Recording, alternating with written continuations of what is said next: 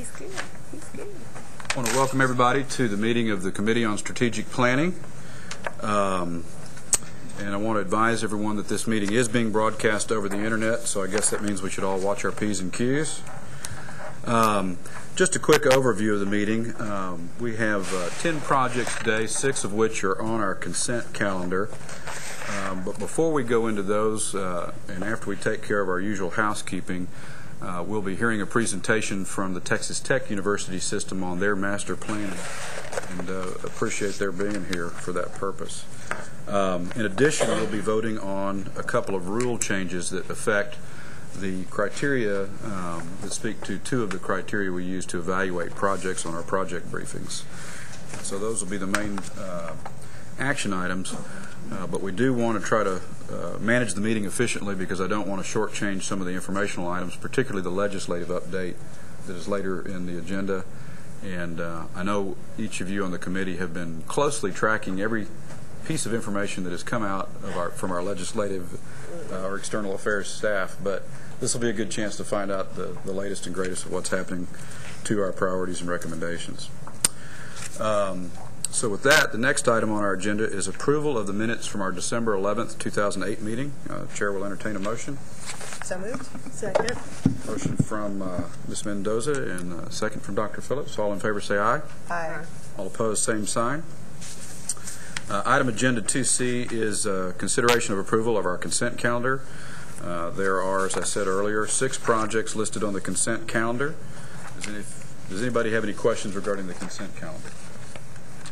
If not, Chair will entertain a motion to approve the consent calendar. So moved. Have a motion and a second from Lynn and Brenda. All in favor say aye. Aye. All opposed, same sign. All right, that brings us to agenda item 2D. As I stated earlier, we're asking systems to come and give us presentations about the overall direction of their campus planning and to better enable us to, our committee, to put the individual projects into the broader context of what's happening with those systems. At this meeting, we have the Texas Tech University system. They've graciously agreed to meet with us. We have Chancellor Kent Hance here today. Chancellor, welcome. Also with Chancellor Hance, our President Guy Bailey from Texas Tech University, Chief Financial Officer Elmo Cavan from the Texas Tech University Health Science Center, and President Joseph Rollo from Angelo State University. And just before the meeting started, Chancellor Hance shared with me a story that he has the record for the shortest service ever on the Texas Higher Education Coordinating Board. Governor Clements had him a member of this board for all of 1 meeting. So that means you're experienced with this drill, I assume. It is. I did not do anything real bad. I want to point that out. I only lasted 1 meeting, and he moved me over to the Railroad Commission, which that may have been a promotion, it may have been a demotion, but I was there the 1 meeting, and when I went, he called and wanted to see me, and I walked in, he said, I'm taking you off the coordinating board. Now, I had not made a motion, I had not done anything, I just listened as any new member does, and then he told me the rest of the story, but I've at least tied probably long term for that record in case someone else does come along. Chairman, we appreciate the opportunity, and Commissioner, to talk to you today about our master plan. We have some very ambitious goals, and that to grow the institutions within our system. And in order to meet the growing need in this state, as this state expands its population, there's just a tremendous need in higher education. Now, I want to say I appreciate all that y'all do and closing the gap and working with us to try to help every school, every university and college and community college in the state to try to meet our needs, because if we fail to meet those needs over the next 20 years, this state will have some real problems. And so the coordinating board has really done an outstanding job. We have today our system strategic priorities that the next slide, yes. And that we want to increase our enrollment and promote our student success and our retention. We're going to have a larger, more diverse student body and student population, and that if we're going to have a well-equipped and educated workforce in the state, then this is one of our top priorities. We'll also be strengthening our academic quality and reputation, and part of that is making sure that we bring in some of the best faculty that we can find, and that expand and enhance our research. We have an ambitious goal that you will hear about in just a second on expanding our research and our further outreach and service. We're doing some things that we've got one, our Raider Rojos program is where we take 8th and 9th graders, and invite them and their parents, and that's in a West Texas area, to campus on a Saturday, and we provide them a meal and everything. And most of these kids that come to these meetings, the family's never been to college. No one's been to college in the family, and they hadn't even been inside the campus. We want them to know that the campus is friendly. We want them to know what we do. We want them to know what their children will do. And also, we want them to set goals in the 8th and 9th grade of wanting to go to college. If you wait until they're a senior and they, if the earlier you can instill in them a desire to go to college is very important. So our outreach, we're doing some things like that. The other thing is that increasing and maximizing our resources. We're going to be raising money. We've raised our last 2 years have been our best 2 years in fundraising as far as cash is concerned. If you look at planned giving, it's our first and third best years ever. And that this is primarily our number one target is scholarships and professorships.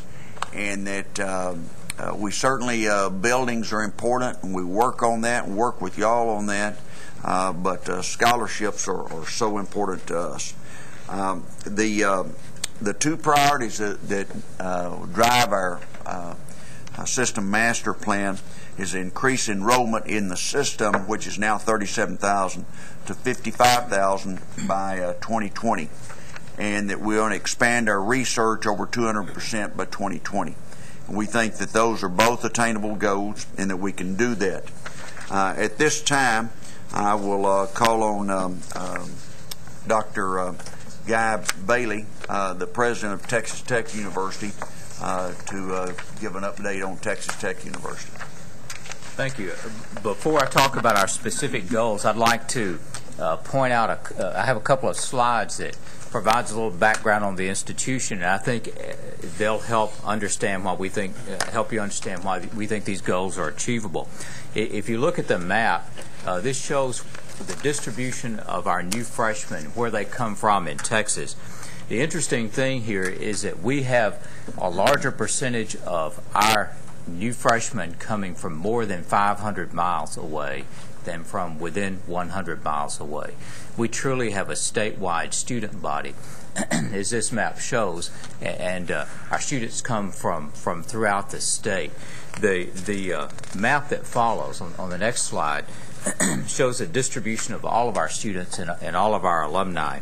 And as you can see, we have, again, nearly a quarter of our students from the area there in orange, many of them from the Dallas, Fort Worth metropolitan area. We recruit all the metropolitan areas, and again, our student body is not really a local student body, but a statewide student body. We've recently stepped up our recruiting efforts in a couple of parts of the state, the Rio Grande Valley in particular.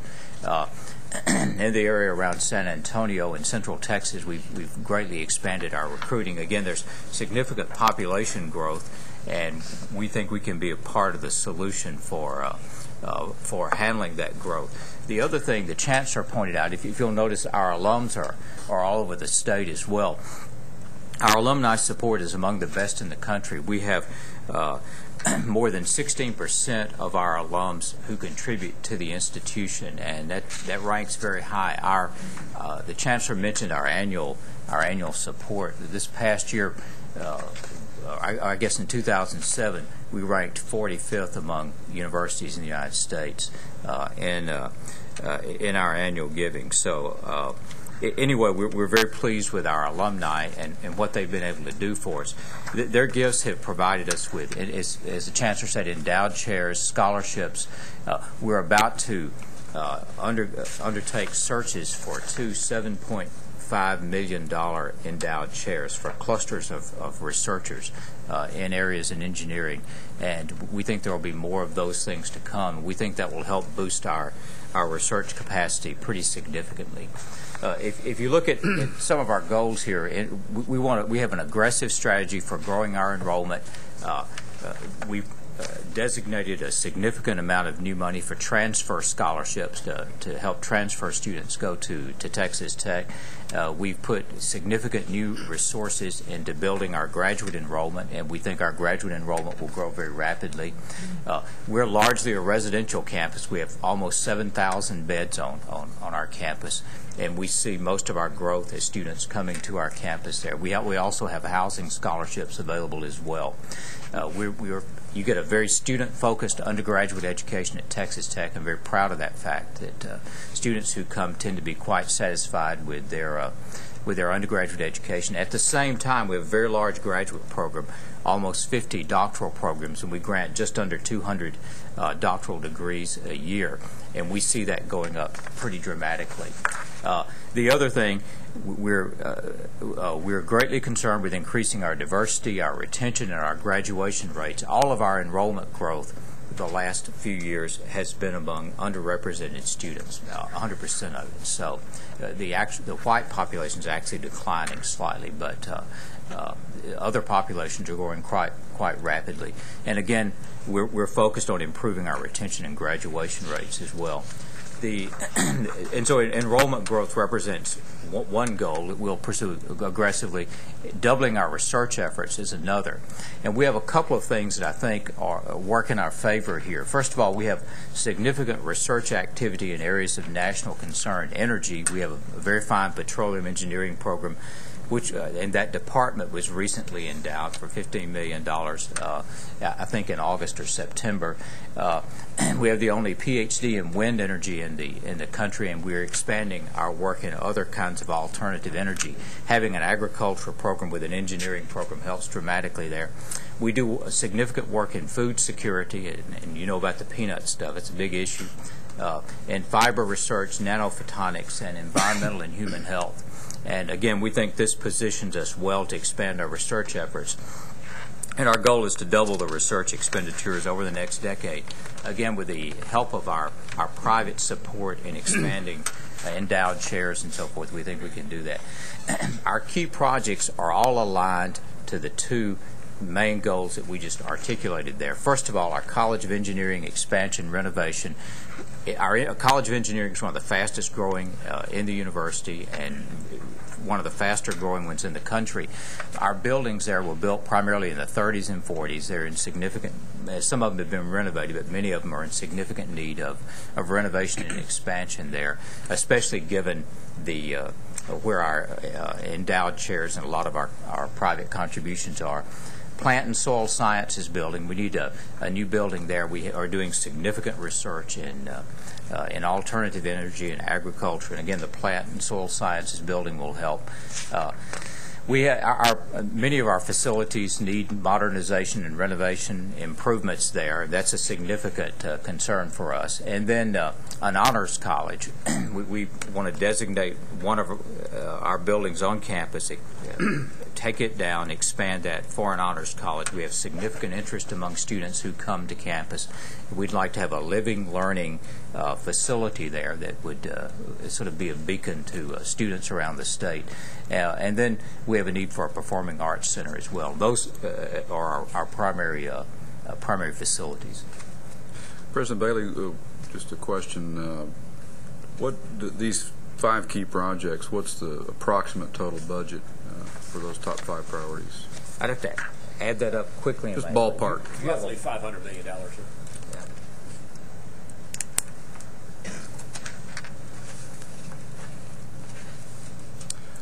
Any questions for President Bailey? I think the Health Science Center is next in the presentation, so if there's anything specific. Raymond?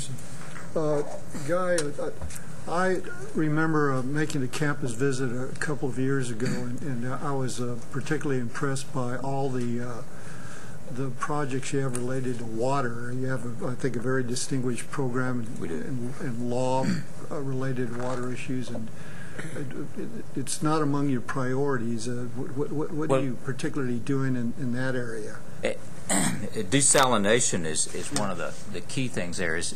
And again, it is a part of what we do in both engineering and agriculture, kind of assumed there. And by the way, we have not only projects in Lubbock, but in Junction and throughout West Texas as well. But the primary concern with water is desalination. Right. And we have significant research going on there throughout West Texas. We're working with the city of Seminole on a significant project there that would provide significant water. As you probably know, our aquifer is going down, but there is an aquifer under the aquifer. The only problem there is the water is brackish. And so figuring out how to use energy like wind energy to get that water to the surface and for desalination of that water is a primary goal there. So there is significant research there, and interestingly, I just approved last night 2 new postdocs for work in water research. I remember reading an article in The Economist, I guess about 2 or 3 weeks ago, that pointed out that the distribution of scarce water resources will probably be the most important international issue over the next 25, right. 30 years, and the desalinization of water will be an equally critical issue. It seems to me that that's an area that Texas Tech could really emerge with. It is. We've had a number of other countries, in fact, and I appreciate you bringing that article. I read that and to charge up. We've had a number of people from other countries come, ambassadors and so forth, visit several of them from the Mideast. The Mideast has a lot of oil but very little water. So I think you're exactly right there, and it's an area that will move forward as well. Good to hear. We won't publish that you're comparing Lubbock to the Mideast, but That's right. Well, appreciate all that information. Any further questions for President Bailey? If not, Mr. Cavan on the Texas Tech University Health Science Center. Thank you, Mr. Chairman, members of the committee, Commissioner. My name is Elmo Cavan. I'm the Chief Financial Officer for the Texas Tech University Health Science Center. I'm here in Dr. Baldwin, the President of the Health Science Center, stead. He had a previous commitment today. I'd like to approach this in a very short time period, much like Dr. Bailey did, as far as talking a little bit about our enrollment, where we're planning on going, even some blue sky stuff. Then from there, touch on research, and then some of our primary projects as far as higher priorities at the Health Science Center. You see on the slide that today we have 2,904 students at the Health Science Center. And the goal, in coordination with the Closing the Gaps, is to reach 5,000 students by the year 2020. Now, obviously our attempt is to provide health care providers for the vast distances of West Texas. That's a major part of our mission. We all know about shortage of health care providers in the entire state of Texas, but that shortage is even pronounced in West Texas, obviously. How do we do that? We do it through our numerous schools and our various locations spread out all over West Texas. As you know, we have 7 or 8 different sites from which we operate as a health science center. You're very familiar with the Paul Foster School of Medicine in El Paso. That school is opening this summer, accepting our first class. The first class will be 60 students. It's a goal to get that up to 80 students, so that will add 320 medical students to our system at this new Paul L. Foster Medical School. In the School of Pharmacy, we opened a new school in Abilene 2 years ago. We're admitting 40 students per class in that program. We're 2 years into it, so we'll have 2 more classes to admit. That'll be a total of 160 pharmacy students in Abilene. Additionally, you approved a project of $8 million to expand our pharmacy school in Amarillo. With the completion of that, we currently admit 90 students per class. We're looking at increasing that number by 30 to 40 students with the addition. The School of Nursing, of course, we know about the shortage as far as increasing nursing enrollment. and we are, in fact, addressing that shortage as the resources become available. We know we have a problem, a severe problem in recruiting faculty for any of the nursing schools in the state. We have tried some innovative curriculum ideas, RN to BSN, distance learning kind of mechanisms so that nurses do not have to quit their current position.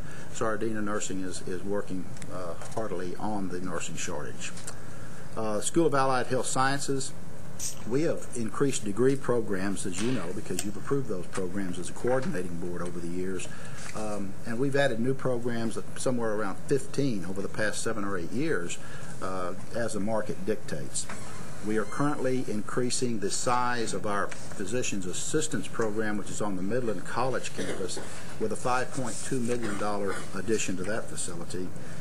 And then we also are looking at, as you can see in the handout, the growth in El Paso, potentially long-term, of a dental school in West Texas. Obviously, with a dental school, there'd also be allied health science programs in dental assisting, dental hygienist, etc. And then, obviously, research, increasing our research is very much a goal that we have. And with that increase in research, more PhD graduate students would increase our graduate enrollment. The next slide, you can see what has happened over the past 10 years as far as the growth of the Health Science Center, student body-wise, and you can notice that everything is very much a positive, going from our largest school, which is 937 students in the Allied Health Sciences School, 859 in nursing, etc. As far as research, we are looking very closely at expanding research. This past year, we increased NIH funding 47.5%. And overall increased our research expenditures by about 31%. Now, those numbers, those percentages are high because we're starting from a very low base. We have not been a research-intensive institution in the past. We're looking at changing that dynamic, and you can see the continued focus on the areas of excellence that we have. And the main reason we're able to increase research is that very bottom bullet, the continued focus on recruitment of NIH-funded researchers. This is principally strong in our El Paso campus. I think last year we recruited something like 28 employees, faculty members. All of them brought NIH monies with them. This year we're looking at recruiting a similar number. The next slide just shows the awards for the past 5 years by total research awards and NIH. And then I guess the key to this is our research, our projects, I should say. Starting out, number 1 is education, research, and technology renovation in Lubbock. Now, the Lubbock facility is over 30 years old. You approved several years ago a new research tower. It's a research pavilion. Most of our clinics were located in the Health Science Center building. They moved out to that research pavilion. So now we're in a project of trying to renovate the space, the backfill as such, for research, but even more than that, for faculty offices to hit these, recruit faculty for these shortages that we've previously addressed. The renovation would be about 220,000 square feet within the Health Science Center building at a cost of about $35 million. And then with that, we'd have an add-on research tower in our plans for $45 million. So that would be a total of an $80 million project in line number 1. Additionally, in El Paso, tying to our 4-year medical school, we have 2 projects. That's the medical science building. That's another research tower, about 150,000 square feet. Project is about $6.5 million. Clinical science building would be to house the clinical faculty at the El Paso campus. That'd be about an 87,000 square foot building at a cost of around $30 million. And then blue skying, as I said, the possibility of one day having a dental school, which would be approximately 150,000 square foot facility, estimated construction budget of around $60 million. Now, lastly, within our legislative appropriation request, we also included a project for the Permian Basin.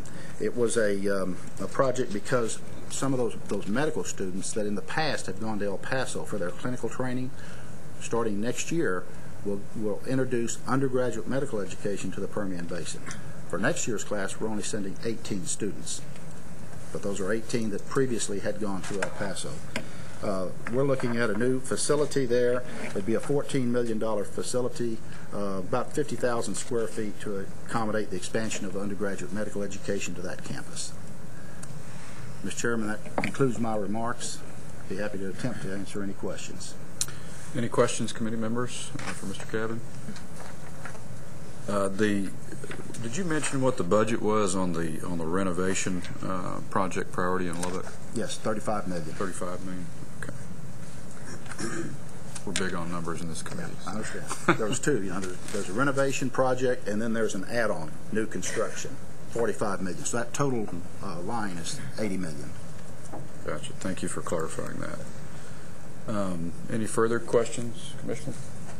If not, we'll move on to Angelo State and President Rolla. Thank you. Good morning to the board. As the Chancellor has mentioned, our enrollment goals to achieve system-wide goal is to move from 6,200 to 10,000 students. Angelo State's a very interesting institution. We have traditionally been very attractive. We have students from 210 counties, as you see, 42 states and 21 countries. So we know we have an incredible attractiveness. What we need to do is to focus some of the resources to increase those numbers, and that's what I'm going to talk to you a little bit about now. The first thing to achieve our 10,000 goal is the attainment of HSI status. We have been at about 24.5 or 6% for several years, so we need to achieve that 25% goal. And so this past year we've begun to coordinate a little bit better our resources. We've created a new Center for Multicultural Studies. We've staffed it appropriately. We've brought together existing programs, up-and-coming scholars, mother-daughter programs, all designed to both achieve that status, but more importantly, to allow those students to graduate. Increasingly, as I noted, our students are coming from farther and farther away, so a true residential campus is essential to retention and to graduation. We have about 1,800 students currently who live on campus. Our goal is 35% of total enrollment for students on campus, and you'll see that one of our requests is for an additional residence hall. We have a lot of scholarship dollars, private source dollars available at the institution, and we're now really creating a much better continuum of allocating those dollars against our growth goals. This fall we're starting a new blue and gold guarantee, so if your adjusted gross income for your family is less than $40,000, students will not pay tuition and fees. On top of that, we have significant private dollars, including the Carr Foundation, that allows us to allocate Carr Foundation alone is $3.5 million a year. Our goal is to have 2/3 of our students really only paying 1/3 of costs. And our goal is to continue a very low debt burden when they graduate. Currently, our students graduate with a debt burden of 31% less than the statewide average, and we want to maximize our resources against that. And finally, identification of programs of distinction. We have some very fine pre-professional programs, including nursing and allied health, which I'll talk a little bit more about. But we also want to maximize our relationship with Lubbock and the Health Sciences Center with 4+1 programs to allow the system-wide goals to be achieved and also allow our growth goals to be achieved. We have been focusing a little bit this past year on increasing our sponsored projects. We actually went from $500,000 to $2 million this year, and our goal again is to increase that to $3 million to help ourselves to achieve those goals in addition to the dollars that are coming from other sources. Some new programs and community outreach is a very interesting one. We have had one of the oldest school-based clinics in the state, the San Jacinto Clinic, for over 14 years. It was a 600-square-foot facility at one of the local elementary schools, and it was the sole provider of medical care for students in that area. Because of our nursing program, because of our focus on allied health, because of our desire to reach out even more, this past year we built a 6,000-square-foot facility out there, which has allowed us now to serve well over 1,000 students and their families. And we believe those sorts of community outreach and service consistent with our mission, consistent also with our focus on health care, is not just the right thing to do, but it will help us as we begin to move forward. We're starting a new Center for Security Studies in partnership with Goodfellow Air Force Base. We will be receiving some funding to create a language and culture that will allow us to create new programs for our students, but will also allow us to partner, public partnership with Goodfellow, so that their students and their faculty out there can receive their bachelor's and perhaps even graduate degrees from ASU.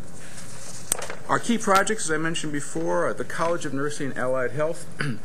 With the addition of this new facility, we would be able to double, if not triple, the number of nurses that we're able to graduate. We just received our new, our first doctoral program from the board. We're very appreciative of that in physical therapy, and we're starting our first cohort class at the doctoral level this fall. Campus modernization and the residential campus that I mentioned is essential to allow us to recruit, retain, and graduate students. We're looking at a new residence hall, Plaza Verde, here to start, hopefully in the fall.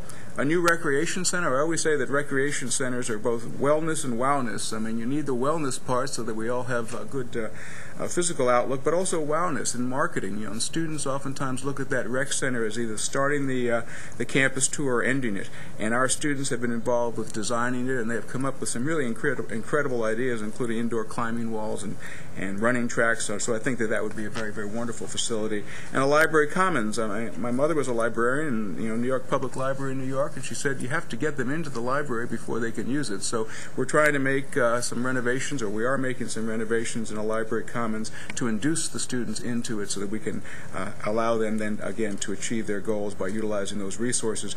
And Hardeman is a one-stop service center for our students, bringing together all the resources on campus, financial aid, bursar, registrar, etc., that are scattered hither and yon, and bringing them in one place to allow, again, meeting the needs of students, reaching out to them, and again, putting all these things in one area. And finally, I would say that our goal is to continue to build and expand on our strengths. I mean, we have small classes, excellent faculty, very distinct programs, but one most important thing is we have over half of our graduating students every year are first-generation students. And those students have great opportunities, great transformational opportunities, but also require us to reach out in ways that perhaps other student populations don't need. So I'm happy to answer any questions, but we're excited about the next few years. Thank you, President Rowland. A couple questions I've got. The ballpark budget for your key project. I think if you include everything, it's about $150 million, I would say. 191. 191. 191. Well, you're getting more specific, Mike. More time. And I'm curious, what is your current enrollment? 6,200. 6,200. So goal is to grow by more than 50% then by 2020. Okay. Committee members, any questions regarding Angelo State? Commissioner? Well, I just wanted to say that I applaud your efforts to become an Hispanic serving institution. We, as you know, you've been to our board meetings before, that we are well below our targets. And our goals in enrolling Hispanic students in Texas, and of course that's key to achieving the goals of closing the gaps. I also think the Chancellor Hansa, that the idea of bringing families to campus is really critical. My own experience in that area is a lot of, particularly because Texas Tech, the main campus, is a residential campus, that families, first-generation families, they need to be assured that their children will be safe, that they'll be properly supervised. And I think your message, when you let people know that as taxpayers, they are the owners of the campus. When you tell people this campus belongs to you as taxpayers, it really makes it leaves an impression with the families. I applaud you in recognizing the whole system and recognizing that Hispanic enrollment growth is key to our higher education success in Texas. You look at the demographics, Mr. Chairman, and that's, we're aggressive in that area because we understand where the growth is, and that if we wait until they're a senior, it's you waited too long. And 7th, 8th, and 9th grade, that's what we're looking at, and we want to make as many of them as possible know that they're welcome at Angelo State and Texas Tech. Well, as the Chancellor said, we really, encourage looking at the entire P16 pipeline and reaching down to build the feedstock, so to speak, for the future of Texas higher education, and we appreciate your efforts in that direction. And also just really appreciate, Chancellor, your bringing your team here to share the master plan. It's the next best thing to being on your campuses. And we certainly would like to have you on the campus at any time. You know, this is a tough time for all of us. But you talk to someone from another state, you know, ooh, that's okay. We'll take our problems. You have yours. You know, the cost of education, if you look over the last 10 years, is really, for Texas Tech and at Angelo State's doubled. And so we have to be aggressive in looking for other monies. And as I look at every state in the union, it doesn't matter which party is in charge of the governor's office or the legislature, the amount of state money available is going down.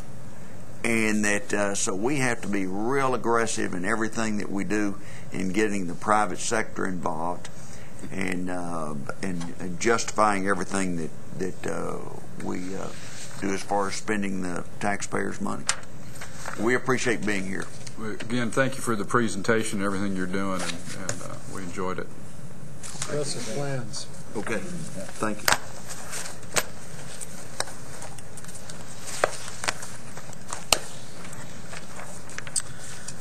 Next item on the agenda is item 2E, and one of the things that the committee will see on today's project briefing sheets, or already has seen if you've read the briefing sheets, is some additional information on our newly proposed space usage efficiency factor. And I'm gonna ask Tom Keaton, our Director of Finance and Resource Planning, to remind the committee or describe the factors that go into this new usage efficiency figure that'll be part of today's presentations. Tom? Thank you, Chairman, board members. I'll try to make this as quick as possible and entertain any questions that you have. I know we visited this before. Historically, we've used one number, utilization rate, which looked at the number of hours either classrooms or class labs were used on a campus. We've expanded that with the SUE, or space usage efficiency measure, to include not only that factor, but also a % fill factor. That takes a look at each individual activity that goes on the campus and how many of the available seats are filled by that activity. Essentially, that's an enrollment to class size fit of the room. The third measure you'll see is demand. That looks at an overall need for rooms. It takes the aggregate number of instructional activities, categorizes them into two camps. One are instructional, the other are laboratory type activities, and then balances that against the available roster of laboratories or classrooms, respectively. Each of those measures are then, based on the result, is given an index score. That index score is weighted to come up with an aggregate of a total of 100, excuse me, for classrooms or class labs, an overall score of 200. The standard, as it's proposed, and it's one of the items for the discussion later, is 75 for each individual area, or 150 on the aggregate, as that cut line for presentation. Subject to your questions. Appreciate it, Tom. Any questions about that? This is, again, we'll be voting on these two new criteria later in the meeting under item 2G. But because this is part of the presentation of the projects, we actually chose to determine which projects would or would not go on the consent calendar based on including this newly proposed space usage efficiency. But it is not for purposes of staff recommendations and voting on these recommendations, it is not a hard and fast criteria for today's projects, but did want everybody to start to see how this scoring would be used. Tom, appreciate the refresher. Thank you, sir. So we're going to start with under 2E, two projects today for committee action in regards to the board. The first project is a request from Texas A&M University for renovation in addition to Memorial Student Center and University Complex. And Virgil Gay with the Texas A&M University System is here to provide an overview. Virgil? Well, good morning. Good morning. I have here with me Mr. Nick Petrie, who's president of the Memorial Student Center Council. He's a student at Texas A&M University, and he's going to say a couple of words after I'm done with the presentation. So with that, I'll get started. Texas A&M University is seeking approval for a project to renovate and make additions to the Memorial Student Center and University Center complex at College Station. Now, this is a very exciting project for us, and it's both literally and figuratively the heart of the A&M campus. The Memorial Student Center is better known as the MSC. The MSC is located on the south central portion of the main campus, just north of Kyle Field, as shown on the location map here. It is rich in the traditions of Texas A&M University, representing long-standing values of loyalty, integrity, camaraderie, as well as selfless service and hard work. The Memorial Student Center was dedicated in 1951, with Rudder Tower and Rudder Theater Complex being added in 1973 and other major renovations in 1991. Now, while the founding traditions have weathered the test of time, the physical facilities of the complex have become outdated, and in order to ensure continued relevance to the students of today and tomorrow, a major upgrade is needed. Show the first floor plan. This is a first floor plan of 3, and it's representative of the center, depicts the renovated spaces and new construction plan for the level. It's a very involved and complex project. It will undertake a significant overhaul of all 3 floors that will include taking much of the facility to bare structure, replacing outdated mechanical electrical equipment, abating and removing hazardous materials, making upgrades required to meet current accessibility standards and light safety code, and making roof modifications to install light wells which will introduce natural light in the facility. Now, the existing space on 3 levels will then be transformed into upgraded modern spaces. The new spaces will include kitchen, things like student activity lounges, bookstore, student service areas, meeting rooms, and a whole host of other things. Now, the project is also will include construction of new space as an addition to it. Part of the new space you can see here is right in this area along here. I'll talk about in this area right over here to the left. It will have a new 2-story volume entry atrium space along the north end of the student center, and is also which will also serve as a student lounge. There's going to be a new bridge that connects the north end of the MSC to the Rudder Tower complex. A new ballroom area associated with associated pre-function area we talked about will be built in this area above right here. Now, on the southeast exterior side of the center, we're going to rework the existing plaza area and create potentially some terrace diners. We're planning that as alternates to the project, and the additive funds are available. Let's show the building perspective. This is a perspective of the building, and we put this within there. This is our first working model that we have, just to show the involvement of it. The spaces that you see here in white, or the new spaces that were added, everything in the middle under the brown, sort of the big top, is going to be stripped back almost to bare structure. There'll be a lot of infrastructure work with utilities and so forth, and all rebuilt back to the project. The project will renovate approximately 267,000 square feet of existing space, and it's going to add 109,000 square feet of new space. It'll have we'll be seeking a LEED certification of silver rating, and the budget for the project is $100 million, which is broken down in the information that you have.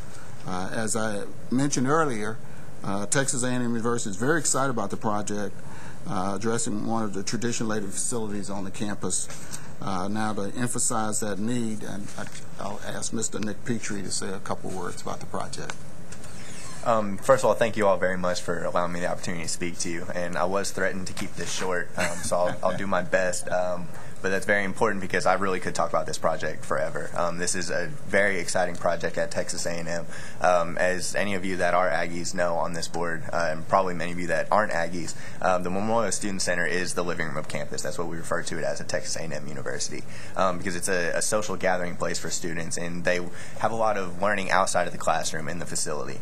Unfortunately, with the building being built in 1951 and only having 2 other renovations or additions since 1951, one, the physical structure of the building isn't meeting the needs of students on campus at the moment, which is very unfortunate. So to be in a time on campus that we can update the facility to meet the spirit that we all talk about so much at Texas A&M of the student body is an incredible opportunity that I'm very fortunate to be a part of this year. The student body is really getting behind this project the more and more they learn about it, and being able to see images like you guys just saw with the perspective of the building is going to generate even more excitement about the project when we can see long-term what this building is going to look like and what it's going to be able to provide to the students of Texas A&M. I was told to keep it short, so there you go. You did better than most of the presenters we have. Tell me your name again, young man. Nick Petrie. Nick, and what class year are you? 2009. 2009. Exactly 30. This is my 30th reunion year, so you're really making me feel old. And no comment. Are there any questions? I know it's not your 30th year. But Nick, we appreciate your being here because you're representative of the students who have chosen to help fund this project, and yet you won't be on campus, presumably.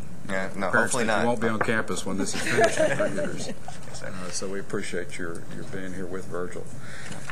Any questions about the project for Virgil?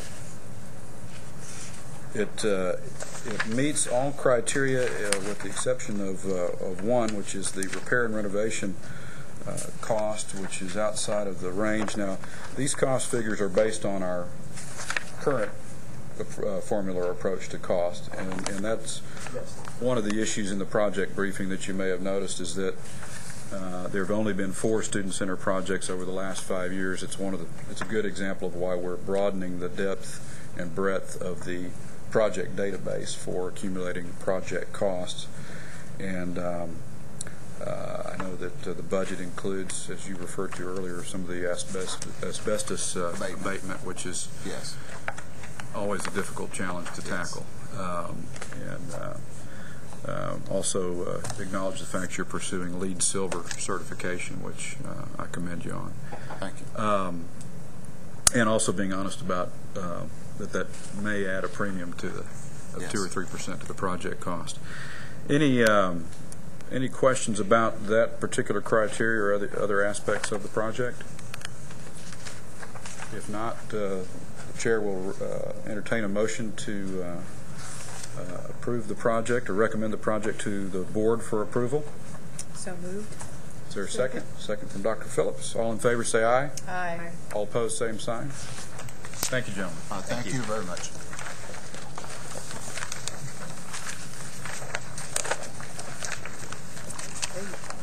They feed themselves. The second project is a request from the University of Houston to construct undergraduate housing in Wheeler precincts. And Jean Lamontagne, or is it Montag? You did a great job. Okay. With the University of Houston is here to provide an overview of this project. Good morning to the board. Morning. I'm here to present the undergraduate housing facility at the University of Houston, which will primarily be a freshman facility. The proposed site is on the south edge of campus, adjacent to a residential neighborhood by the name of University Oaks. And beginning in 2012, the site will be served by a Metro light rail line, which will run adjacent to the property to the south. Next slide, please. This project is the 8th housing development on the University of Houston campus, and the 2nd housing project since the development of our 2006 framework plan.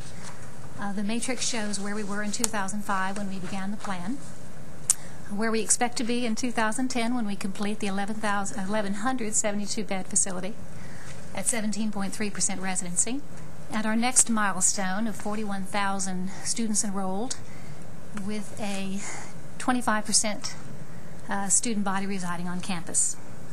Next slide, please. The plan on the left shows our existing housing areas. You see most of them clustered at the south edge of the campus. On the right are our framework plan housing areas. The project we are constructing is the center of the lower edge, where it's shown 1,900 beds, reflecting both the current phase we are constructing and a future second phase. Next slide, please. This is just a detail of our framework Wheeler precinct with our project shown in the center of the diagram. Next slide, please. The building is just slightly less than 285,000 gross square feet. It consists of 1,172 beds within 284 four-bedroom units and baths.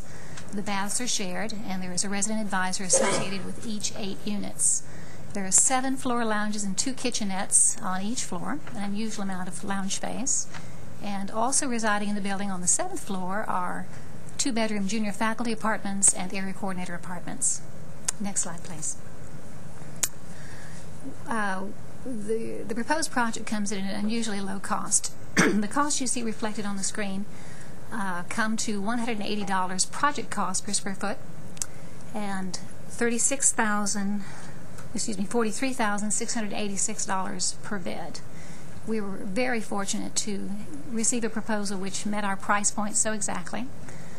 We are looking at a rental of between $600 and $650 per bed. Next slide, please. Subject to your approval, we will be constructing the building beginning in April of this year and concluding it by August 2010. Next slide. The building is a 7-story concrete frame with brick veneer and concrete panels. The concrete panels are finished to resemble limestone, which is the campus's original building material. There are enormous expanses of glass at the corners in the lounges which face the courtyard, which provide a bright, contemporary look and also relieve the closed-in feeling of the long dorm hallways. This is the view that the neighborhood will see. This is the entry tower. This is the courtyard view. This is a diagram of a typical floor plan. You see the numerous bedrooms, but the large expanses of blue are the lounges provided for the students. Slide. These are the 2 typical 4-bedroom units. They are 600 square feet total. This is a traditional layout style. There is very little privacy, but it's meant to encourage the spirit of the community within the project. So I've kept it very short. That concludes my remarks, and I'm happy to answer any questions you may have. Thank you. Any questions, committee members? I noticed that our project briefing has a total project cost of $51.2 million, and your slide said $50 million. Has there been a change? We were told to keep it to 50, so I'm sorry. After we sent the application to you, we went ahead and reduced the cost. If you'd gotten it to 49.9, I think the committee could have approved it. One unusual feature, there are extensive utilities involved in this project, and I think that was where they did some number moving around. Okay. So somewhere you've squeezed $1.2 million out of the budget. Yes, and that would have been in the site utility work. As you know, all of our buildings within the inner core are served by utility tunnel, and unfortunately, we've managed to move the building closer to an existing tunnel and cut out some $4,000 per linear foot of utility cost to the project. Great. Good. Any other questions? Staff recommends approval of this project, recommending approval to the board. Chair will entertain a motion. Move we approve. Second. Motion from Dr. Phillips and a second from Vice Chair Mendoza. All in favor say aye. Aye. Aye. All opposed, same sign. All right. Thank you. Thank you so much. Under agenda item 2F, there are 2 projects today for committee action that were not included on the consent calendar. The first project is a request from Texas A&M University Corpus Christi to construct a College of Business academic facility, and Virgil Gay with Texas A&M University is here to provide an overview. Welcome back, Virgil. Thank you. I might think of some more questions we forgot to ask you last time. Please. Texas A&M University Corpus Christi is seeking approval to construct a College of Business facility on their campus. The facility will allow the university to locate the College of Business activities in the 1 building, as opposed to the 3 in which they're currently in right now today. This single location will significantly facilitate interaction between the faculty, staff, and the students. I think we have the location map up there. It'll be located on the north central part of the campus between Corpus Christi Hall and the Early Childhood Development Center as shown on this location map. Show the next one. This is a large site plan here that shows more of the closely related building footprint, and it shows the location of the academic facility in relationship to the adjacent buildings and the site development around the facility. The building will be a 3-story structure It'll contain 80,000 gross square feet. This is the first floor plan, which is representative of the floor building layout. It will include classrooms. There'll be academic advising in this building, and executive education program areas, computer labs, IT support spaces. There'll be graduate research space in this project, and student organization space, faculty offices and support spaces, and the College of Business's Dean Suites will also reside in this building. If you would, go ahead and change. One more. Okay. This is an elevation of the building that shows the primary exterior materials of the building, include glass curtain wall and masonry. And go ahead and show the next slide.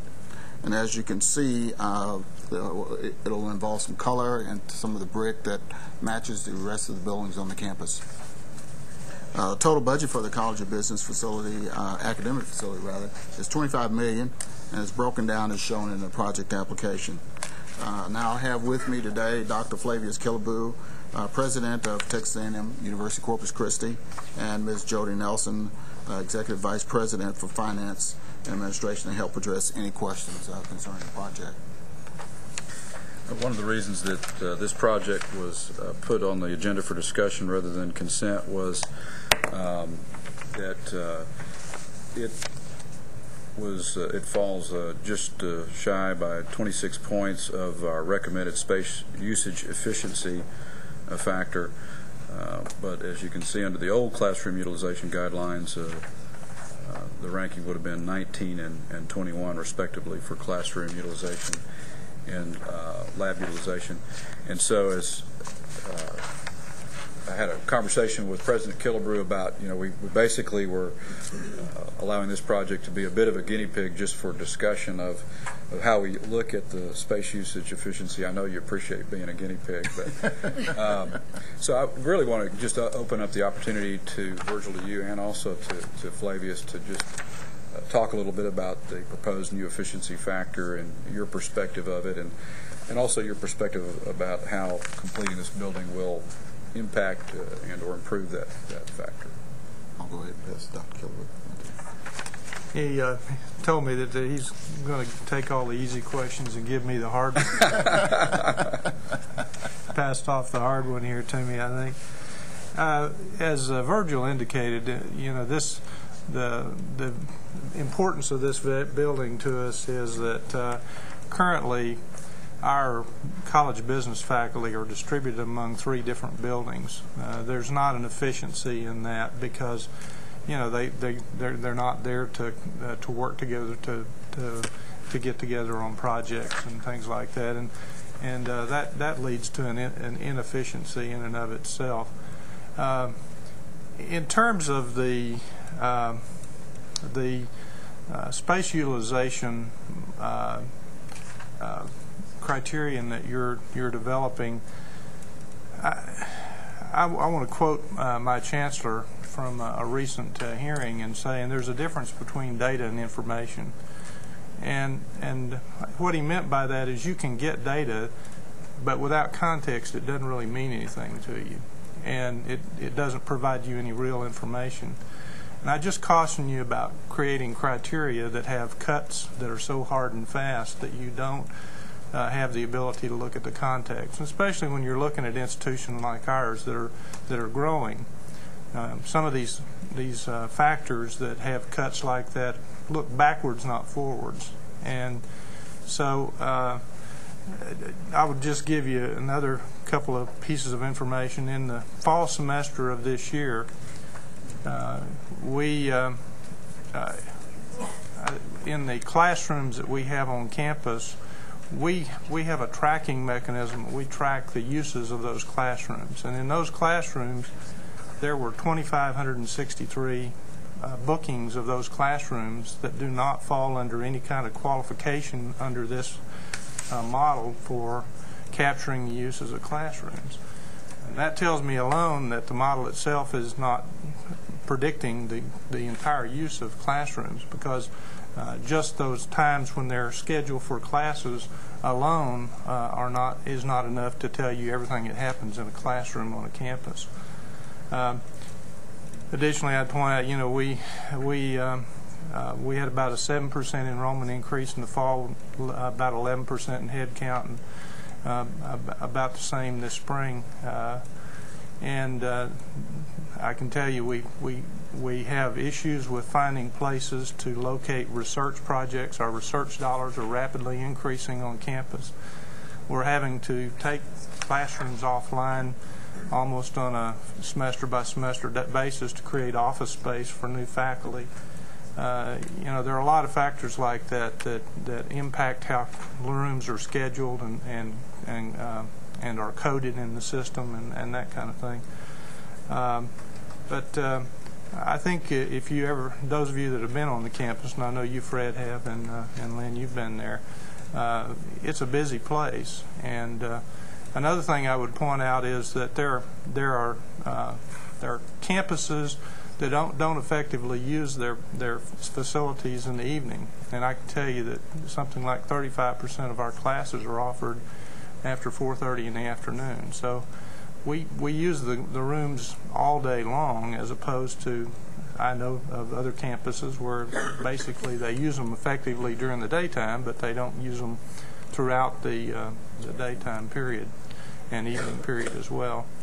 And I think all of those factors come into play. I don't know all the details about the model and how it was set up. I will tell you that you also have a space predictor model, and under that model, it predicts us as having a space deficit of some 160,000, almost 170,000 square feet. And to me, there's a disconnect here when you have one model that says you've got a space deficit of some 170,000 square feet, and another that says that there's an efficiency issue there, and then you have these other contextual factors around that don't seem to match up in an effective way. And in that model, our teaching deficit, teaching space deficit's about 60,000 square feet, and the projects that we have online, either planned or today's model, will not have much of an impact on reduction of that space deficit. Any questions, committee members? I'd say you're a pretty good guinea pig. I'm a biologist, so you know. I will say, Flavia, I've done it to them too. The new space usage efficiency factors do capture evening utilization of classrooms. I understand that. And so we're, what I would encourage the committee to consider this new criteria is it's kind of a step forward in continuous improvement of the information we get. Data, like you said, is not always information. But while we are changing this from a guideline that wasn't of much help previously to a criteria that we hope will be more meaningful, we're not closing the door on continuing to improve these criteria by which we gauge the projects that come to us, and we really do appreciate your feedback on this. And you know, I told you when we had the conversation, I appreciate the fact that there's an attempt to try to improve the measure. I just encourage you to continue to look at it, whether it really ought to be something that's hard and fast in stone, or still an informational piece of information that you use when you judge things, and it gives you an opportunity to ask the campuses, you know, what the issues are. Right. Mr. Chairman, excuse me. Yes, go ahead, Lynn. Wouldn't we be interested in seeing the kind of bookings that they have that don't fall into our measure for their classrooms?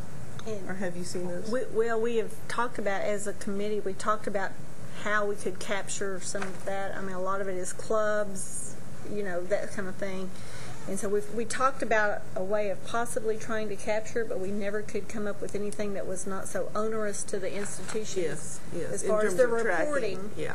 That we felt the benefit of doing that was not quite. That makes sense. We're a bit unusual in that we actually have a scheduling software that we use. Anybody that wants to use any room on the campus has to schedule it through this, I think it's called Astra Scheduler.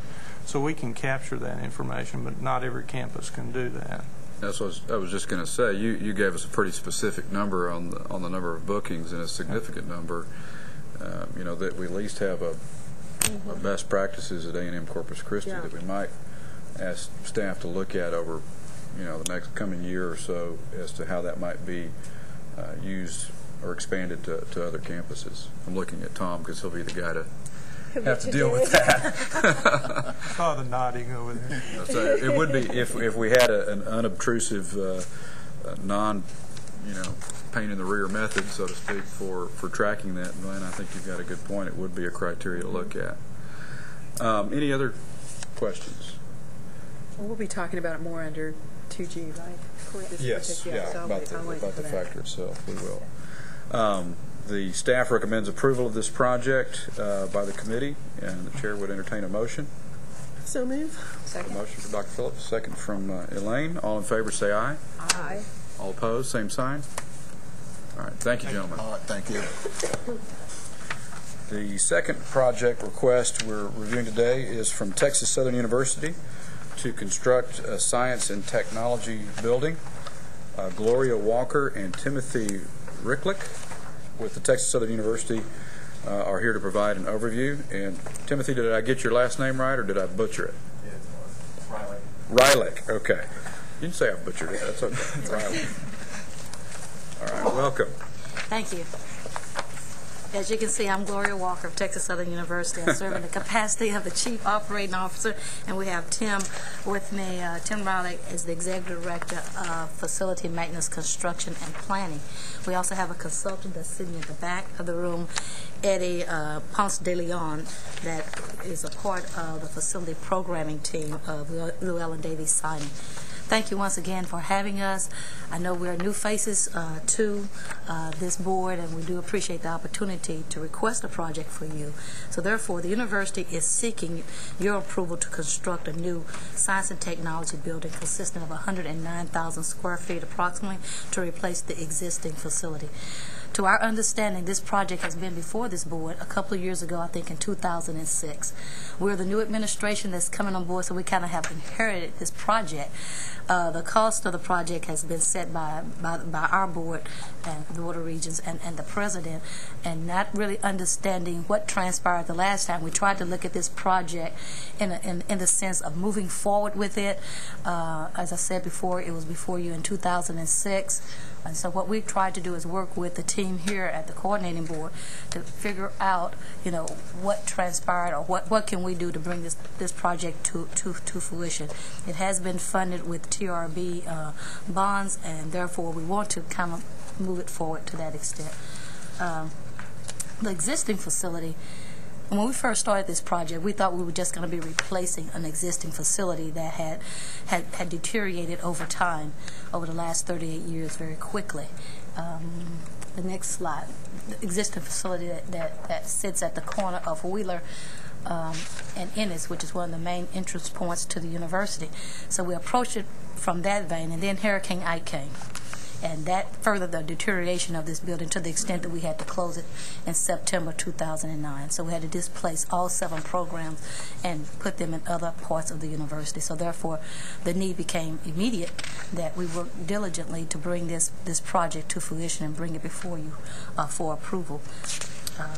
The anticipation of this new project will house 7 colleges, 7 disciplines.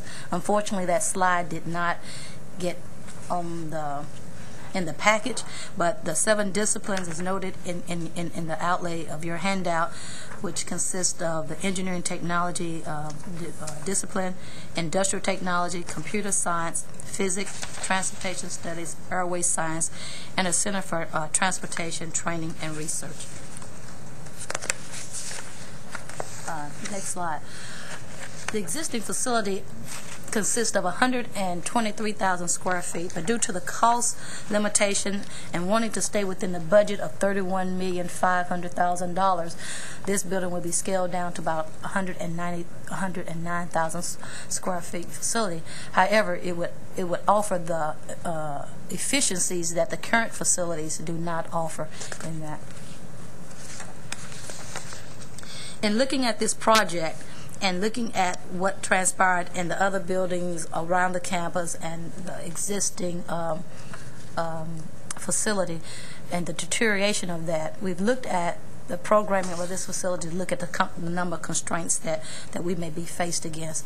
As recognized in some of the new facilities, we have a lot of heaving going on campus. So when we built the project budget for this, we took in consideration the tremendous amount of site development, geotechnical work that we have to do with this new facilities. If you look at the screen, we have actually kind of like placed the building at a little further back than the existing location, because we recognize that the subsurface of this facility has about an 8-inch sanitary sewer line that runs right in the middle of the existing facility, so we're going to have to replace that, and we've taken all that into consideration and keeping the cost within the budget that's been approved by the board and by the legislature in terms of funding. Next slide, what we try to provide to you are various massings of how this facility may pan out. Although we have the facility program on board, we are going through the interview phase of the architects. So we tried to look at how would this building mass on the existing piece of land that the current building exists on. Recognizing we have to demo this current facility, current technology building, which we hope to do that this summer of 2009. So we looked at the various massing, and as you can see on that, even though it's 109,000 square feet of building, we are programming it so that if down the road we have additional funding, we can add other wings to it as the disciplines may require. The next slide is just some footprints of some of the programming for the 7 disciplines that we have. It is anticipated that this facility really will consist of 2 buildings. One will consist primarily of about 81,000 square feet of the 109 square feet will consist of classroom spaces and support spaces, faculty offices, and the industrial space will be about 28,000 square feet with a 25,000 square foot ceiling because of the discipline of the Airway Science program, with the simulators being located in that facility, and then the research institution. If you have any questions, I would be glad to answer any of those for you. Thank you.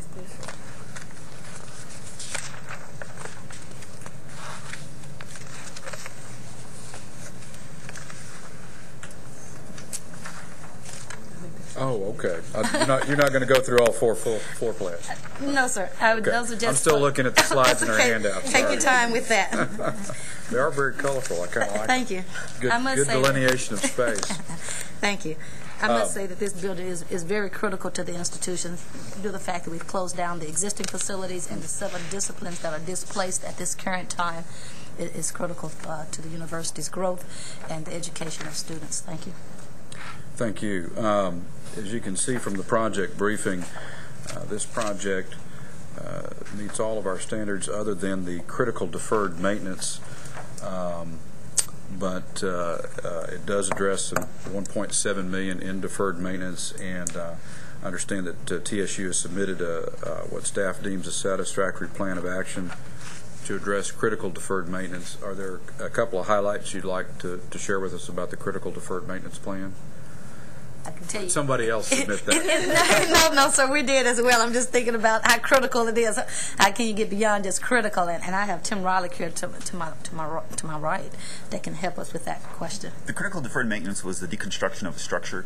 The deconstruction plans were already completed, and we're in the process of hiring a firm to remove the structure. Unfortunately, Ike showed up before we could actually execute this.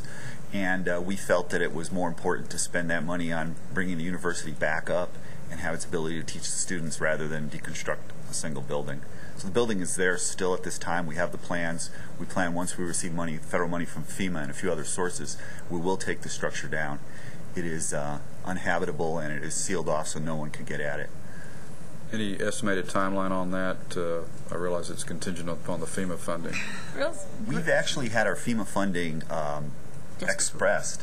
FEMA has never seen that before. Apparently someone likes us in the federal government, and the money has actually been pushed through for about $3.5 million, almost $4 million of it, through all the processes, and is to the state right now for final approval and transfer of the funds. We finished the last 2 pieces of it, also the last 2/3, since we had 3 separate contractors working on the facilities at the time, and they have all been gone up to FEMA, and FEMA has walked all of our sites. They're actually pretty impressed that of what we used, and used our model on a few other universities on how we put things together. Well, appreciate that report. That does sound good. Any questions, committee members, for this project? Commissioner? I have one question. You closed the building, so how are you taking care of the students? I know you can provide classroom space in other buildings, but the labs and all that sort of thing, how are you taking care of that? What we did with those 7 disciplines, as you said, we moved students to other facilities and changed the timing of classes, looked at utilization of our other buildings. And then with the faculty, we had about 45 faculty displaced and about 20 TAs that were displaced. So we built a temporary modal park for the faculty to have their offices in. And then we opened up the 3rd floor of the neighborhood science building, which was one building that was X'd off, and we just opened up the old labs and renovated those to the best to bring those labs up to working order for the current students that we have with labs and things of that nature. So we haven't kind of displaced between 3 or 4 different buildings, from the student service center, a student union center. We put classrooms in there, the new science building that was recently constructed, and the old neighborhood science building. We just took the top floor of that one and renovated it right now. So. How many faculty are in the motorhome park? 45 angry faculty members. I was going to ask how they liked it. You might have a new concept there. Yeah, we might. How close are they to the campus? They're right on campus. They're really right next door to the student service union. It's a walk from the other science building, so they do get their exercise in. But we made it kind of habitable. Yeah. We had to sell them on that project, and we actually told them a couple of years back when the law school was being renovated, they actually housed in the same place. But at least they have at least 3 offices, three per building, so it's not like 16. So they got some comfort in that. Not much, but they get a new building, so hopefully that will suffice for the next two. Commend you on how you guys have had to think on your feet with in the wake of the hurricane. Yes, we did. Any other questions? Did you ask them to address the space utilization thoughts? Yeah, since we picked on the previous project, we'll let y'all provide a little guinea pig feedback too. That's fine. If you have some comments or some feedback on space usage efficiency, this project would score an overall of 90 on a guideline of a criteria or standard of 150. Some of that may be impacted, of course, by your plans for demolition of facilities. But tell us what you can about the space usage efficiency. I'm going to let Tim answer that one question. I have to let him handle that one. Our utilization was pretty much average. I came along and we did a lot of creative, odd things, using the student union, sticking people in auditoriums, which normally aren't utilized. In some cases, we wound up sticking a single class in a space that the students usually use for something else for one period. So we turned it into an ENG space, which then put 10 hours of a classroom, the entire operating time of the university is open, with one little class in it, which I hate to say, it just kills your utilization. We try to move them into other buildings to actually drive it up, but we found out one of the good buildings that we could have used, we thought, was our pharmacology building. But we have a lot of students that do a tremendous amount of extra work there at night. So even though the majority of classes end somewhere around 2 in the afternoon, the place is packed with students doing additional work with professors all the way till 9, 10 at night. To drive it home even worse, I was trying to do maintenance on that structure to put an emergency generator in. And on a Saturday, the place was entirely packed with students who were doing pre-tests so that they can get ready for their upcoming tests that were going on. And it was all with their professors and everything. So that building was actually used for 12 hours on a Saturday, of which I can record nothing of its use, because it's really not part of the criteria, and yet it's something that they are doing to drive up the overall ability for the students to pass at the end. I understand, the utilization is work in progress, and dealing with Tom from Texas Tech, he showed me some great ideas, and I hate to say it, I've plagiarized the heck out of what he's using over there. I guess it's a great form of flattery, and I've actually hired a bunch of students to figure out how we can utilize our space better And the coloring that you see here is actually something that he came up with. If you color it, people figure out who's what by the color. You just make it a different odd shade of gray. They can't tell the difference. I did that for one building and gave it to the deans, and they were stunned to see how much space they actually had, which drove, hey, we can use this for something else. So I actually think the system will work. It just takes a little massaging to make it all go, but it'll get better. All right. Well, appreciate your sharing that. Susan was just saying that one of your examples was was a one-time use, which we, really our institutions aren't set up to capture that, and so maybe moving forward we'll find ways to capture those one-time or periodic bookings of rooms so that they get added to the usage, because there's we're trying to close the gap on the disconnect between what the statistics on use say and then what you observe when you're on campus and you see those students at all hours of the night doing, using space for different functions. So. We do appreciate that formula changing, because when we told that to our law school dean, they recognized we don't have a night law school, so those numbers can't be right. So we recognize that with the formula changing, it will give us a little bit more flexibility, and we'll work within that and bring as much information to the table that's needed for those changes to come to fruition and be useful to the university. Well, we hope so, and we hope that one of the things that I think we're going to reevaluate this in 3 years. Is that what our proposed rule change says? So, one of the things that will be valuable will be to see what's the trend line over 3 years in these rating scores. If we see a steady upward trend, then it tells us that maybe some of those best practices, that's what we call plagiarization, best practices, will help move those factors up just by sharing information like you did with the dean, for example. So we appreciate that feedback.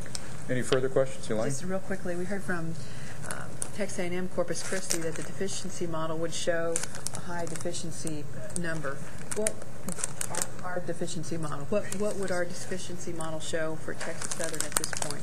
We are very high in deficiency, and that came due to that structure coming offline.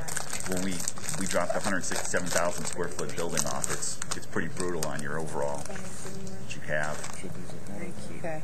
We also did a lot of odd things, like we used an automotive training center that is no longer used and put trainers in there. It wasn't exactly what they were supposed to, but if you're kind of creative, you can make it work. So I just asked to point that out, that maybe there's something there that we can do with regards to deficiency and efficiency, some sort of balance or ratio, or because if you, it does kind of make you go, when you think about having deficiencies yet a low efficiency score. Yeah. And we're going to be doing a review of the space model after the session is gone.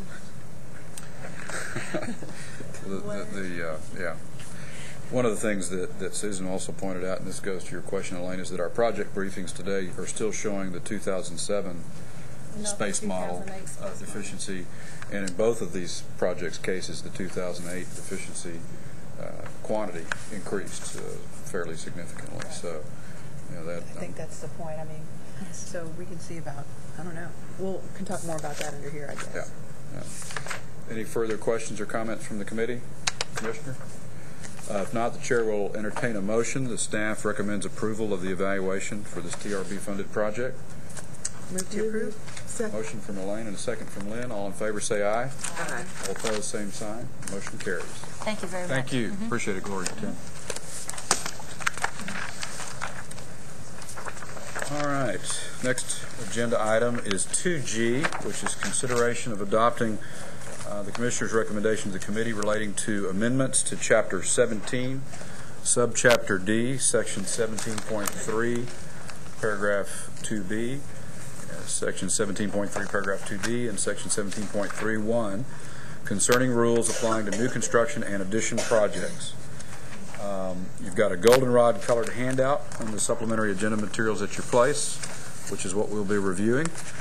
And it has comments that we did receive regarding these rules, and Tom Keaton is back with us to answer any questions on this. So everybody will refer to their goldenrod handout.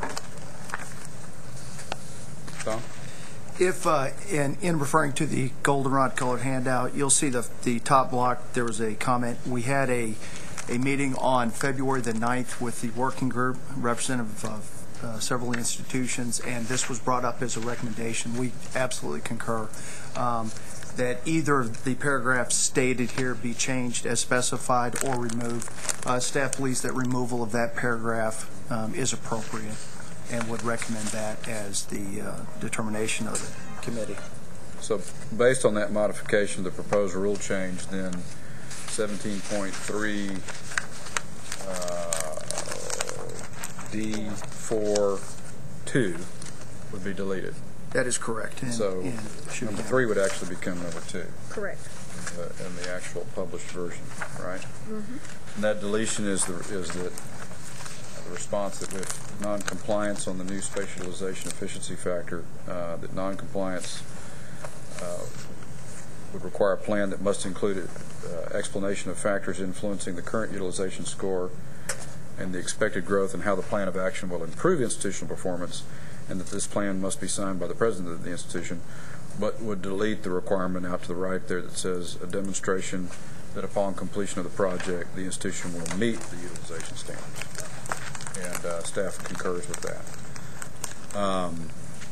We had a lot of discussion on the space utilization. Now, this rule change also addresses under paragraph B the change in the cost to evaluate our criteria being not exceeding 1 standard deviation above the mean of our now 7-year project cost history, proposed 7-year project cost history that we're building. So this does include both of the two new criteria that we've recommended. Any questions or comments on these proposed rule changes? I just think that as we just spoke about the space utilization efficiency data, if there's any way to consider that in relation to the deficiency piece. I know that maybe perhaps it's not a rule because it is not necessarily a go, no-go, but to put it in context I think would be helpful. Yeah. I don't know if that's verbiage on the project sheet, Fred, or...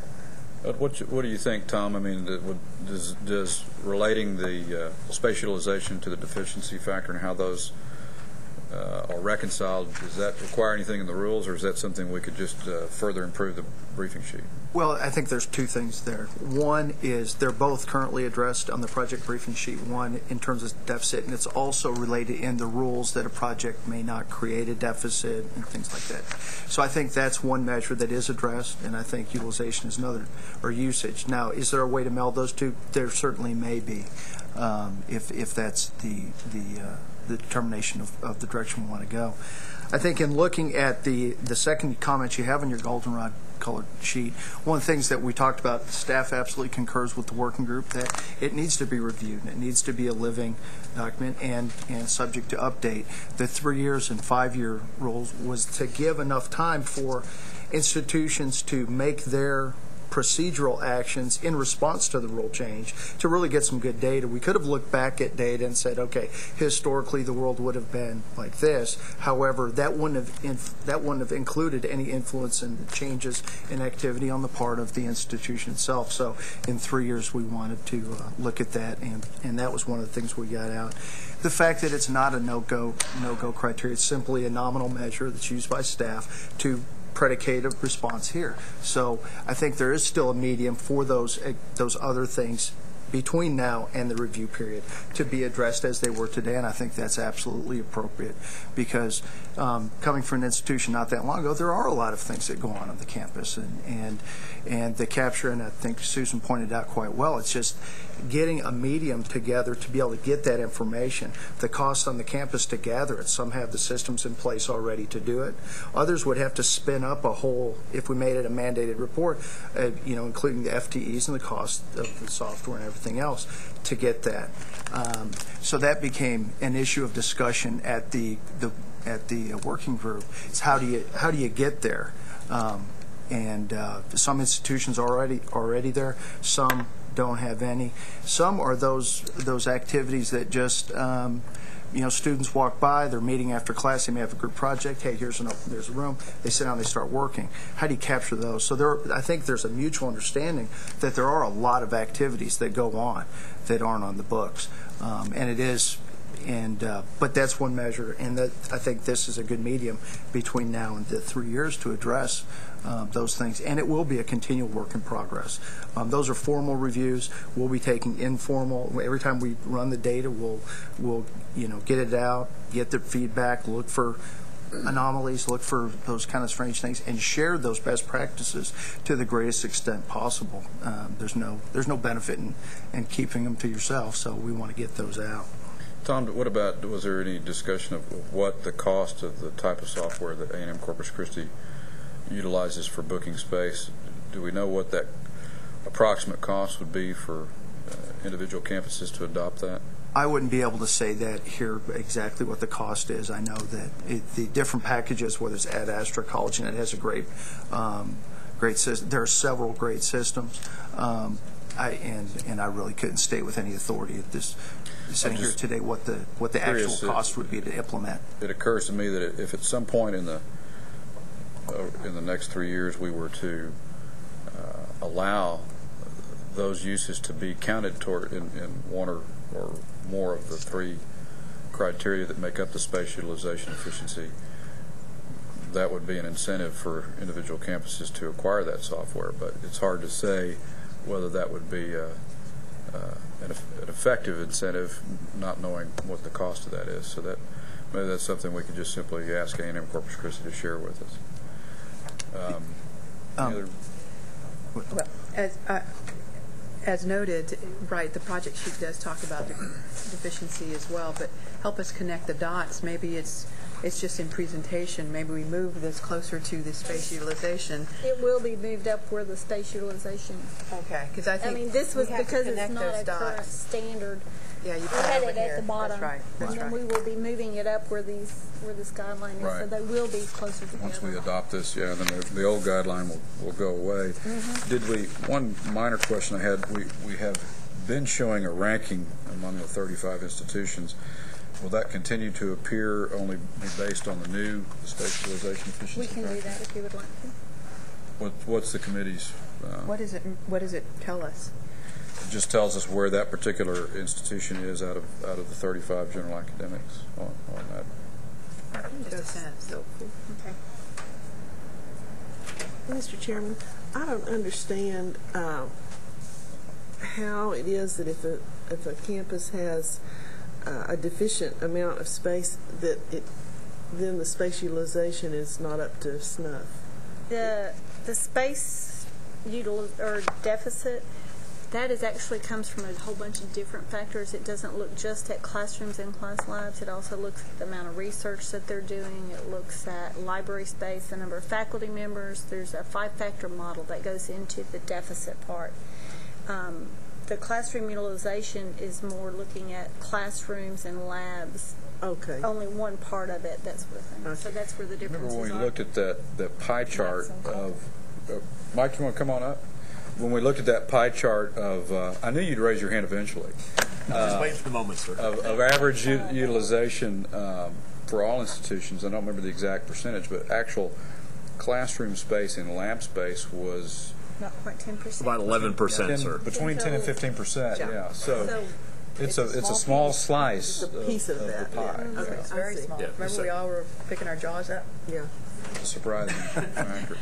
I was just going to say, I think the real answer to your question is that the classroom, class lab space is somewhere around 11 or 12% of all the space on campus. If you consider, faculty offices, research space, administrative, like worthless overhead like me, my office space and all that, it's a very small percentage. Yeah. And the other thing I was going to say, if I may, this is probably due totally to my incompetence and advancing age, but how do we calculate the SU? Was that, because I did a little informal survey back here, and the 3 of us don't know how it's calculated. So, well, that's why I had Tom give us the refresher earlier, but we went through it pretty quick. Tom, if you'd I'll back up touch now, on how we come up with the 75 points in each category. Okay. I'll give V2, if you will. Give Mike time to get his pen out and take notes. Right. The utilization measure that you see is the same as it has been. There's been no change to that. The demand measure, and all these measures use existing reports. It was one of the things we proceeded on. We didn't want to put any additional administrative demand on the part of the institutions. So what could we use out of our existing data to be able to capture and operationalize what we thought was important at that time? The demand measure looks at out of all the classes taught and reported through the CBM reports 4 and 5, and it takes them and counts them in one of two ways. Either it's a classroom or lecture type activity, or it's a lab type activity. It kind of makes a big cut right at the start, and then it compares that overall number to the amount of classrooms on the inventory or class labs on the inventory. Essentially, if you had no buildings and you wanted to create a campus and you said, I've got this many classes, how much, that's my demand, what would the supply need to fall within that? So it catches that match. Naturally, because the reality is not all activities are held strictly in classrooms, strictly in class labs, and that measure yields a higher number than the utilization does, because it just counts those activities that do occur in classrooms or class laboratories. The percent fill looks at the... Tom, let me back up. Sir. So what you're saying is we're capturing all those reports capture all the activities in the numerator, but they divide it only by the existing classroom or lab inventory. That is correct. So it actually... So if you have a class outdoor under the big tree near the old poli-sci building, you get the numerator credit without detracting from the denominator. Correct. Okay. And in the utilization, only those things in that individual room would be counted. Utilization is specific to the room, where demand is specific to a campus, and the need for comparing the classroom demand and in terms of the inventory. Do we look at the demand only in a static situation, or do we project any growth onto it? These data are from the fall reported data, okay. So we would so it's attribute. A snapshot, basically. It is a snapshot. That is correct. The percent fill looks at each individual activity as it's scheduled, the actual enrollment of that course as reported, and compares that to the capacity as reported of the room that it's being held in. So if you have a room with a capacity of 100 and you have 50 students in that room, then of course for that event you would get 50% or 0.5. That's taken on the aggregate and given an average overall on the campus. The current measure, and that's one of we believe the flaws in the current measure, if you had one person in a 300-person lecture hall, it was counted as utilized. And this corrects for that. While the utilization measure will still count that, the balancing effect of the two different variables should permit those to correct one another and come up to a more accurate representation of the scores. And then each of those scores, there's a 4-point index scale. And based on your relative ranking, essentially, and these rankings, and let me back up one second. These rankings, we looked at the percent fill and the utilization in terms of a study that was done out of the Society for College or Society for South Carolina Higher Education, SCEV, and or Higher Education Virginia. I'm sorry, Society for Higher Education Virginia, and they did a study nationwide of where different measures were held and what those measures were. And we looked at that, and this balances quite well. In terms of utilization, they use a number of 40 as an average across the nation, 38 because we have some specific rules and things we count and don't count, stat classes we don't count, and some other things. So we thought 38 was a good number of, above that we're doing well, and the class lab the same way. In terms of percent fill, the 65% for the top score in classroom, 75% fill for class lab was founded in that study also. Now, each of those, once its score is reached in each of those categories, it's then a weighting factor is included to get to 100 points.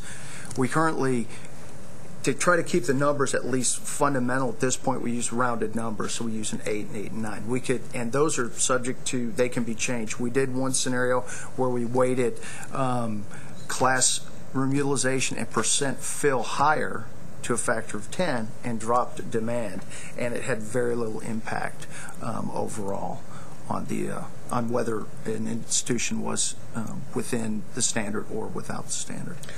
The weighting of 9, is that the demand or the seats filled?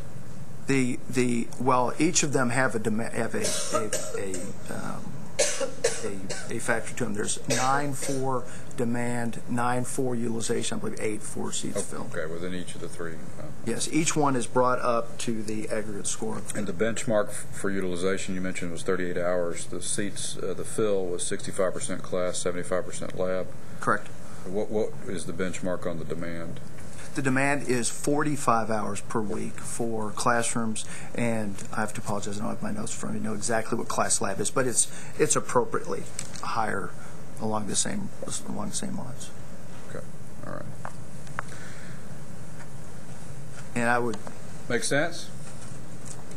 At the risk of getting thrown out of here, I'm not quite sure I could explain that to the 4 gentlemen that were sitting here earlier today. In terms of, we're at 135, let's say, we need to get to 150.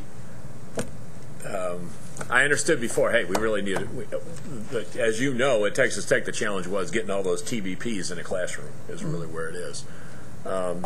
If there's a letter of instruction or something that goes with this, that would really be helpful. The previous board minutes. We can certainly get that out, because I think... At the risk of...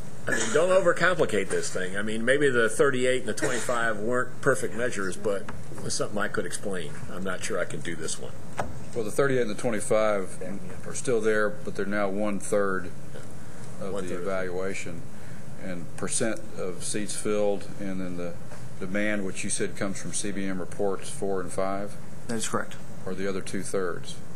And we believe it's going to present a better representation, and hopefully, in other words, hopefully if you see a score of 135 and you need to get to 150 or demonstrate how you're getting to 150 over a period of time or over the course of the next couple of projects, that should be easier than the seemingly endless inability of institutions to get to the 38 and 25. I'm selfishly thinking how I'm going to write that letter that my president or chancellor is going to sign to you. We have no problem with you plagiarizing anything Tom puts in writing.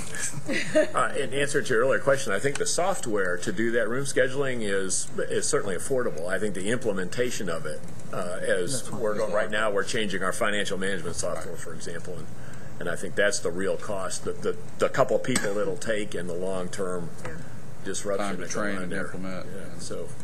Okay, thank you. Thanks, Mike. All right. Any other questions? Are we going to keep the utilization working group together, and as we move forward and take the spot check some of this as we go along? Yes. It was a group that we just put together of all the bunch of the facilities people and said, if you want to be, on this, you want to have an input into it, come on down. And so I think that's a pretty good suggestion. I think it was they were extremely helpful, Brett, as we were coming up with a lot of these ideas. Well, it's something that we could convene at least say once a year to say, how's this working?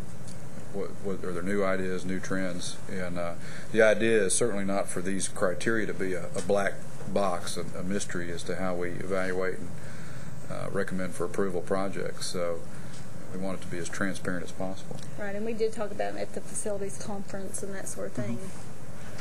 Gave presentations on it.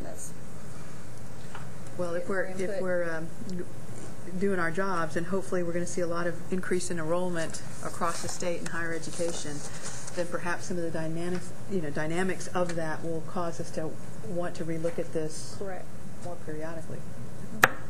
Glad to. I agree that there needs to be some way to calculate their projected growth, because we are asking them universities to close the gap, and they do have to build more facilities, and hopefully they'll build them before the students come. So don't we need something like that in here? Do you see what I'm saying? To roll in projected need versus there need, institutions need to be able to say, okay, we're expected to. The Texas Tech system just told us they plan to add 18,000 students to their system. Big chunks in Lubbock and at Angelo State.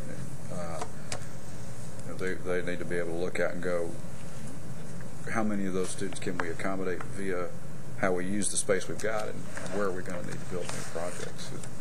That's what I hear you asking. And one of the other things that we're also doing is we're adding, institutions will start reporting to us the zip code of the buildings coming up this fall, which will help us because some of the institutions such as TWU, they're in a space deficit, but most of that deficit is at their Dallas and Houston location.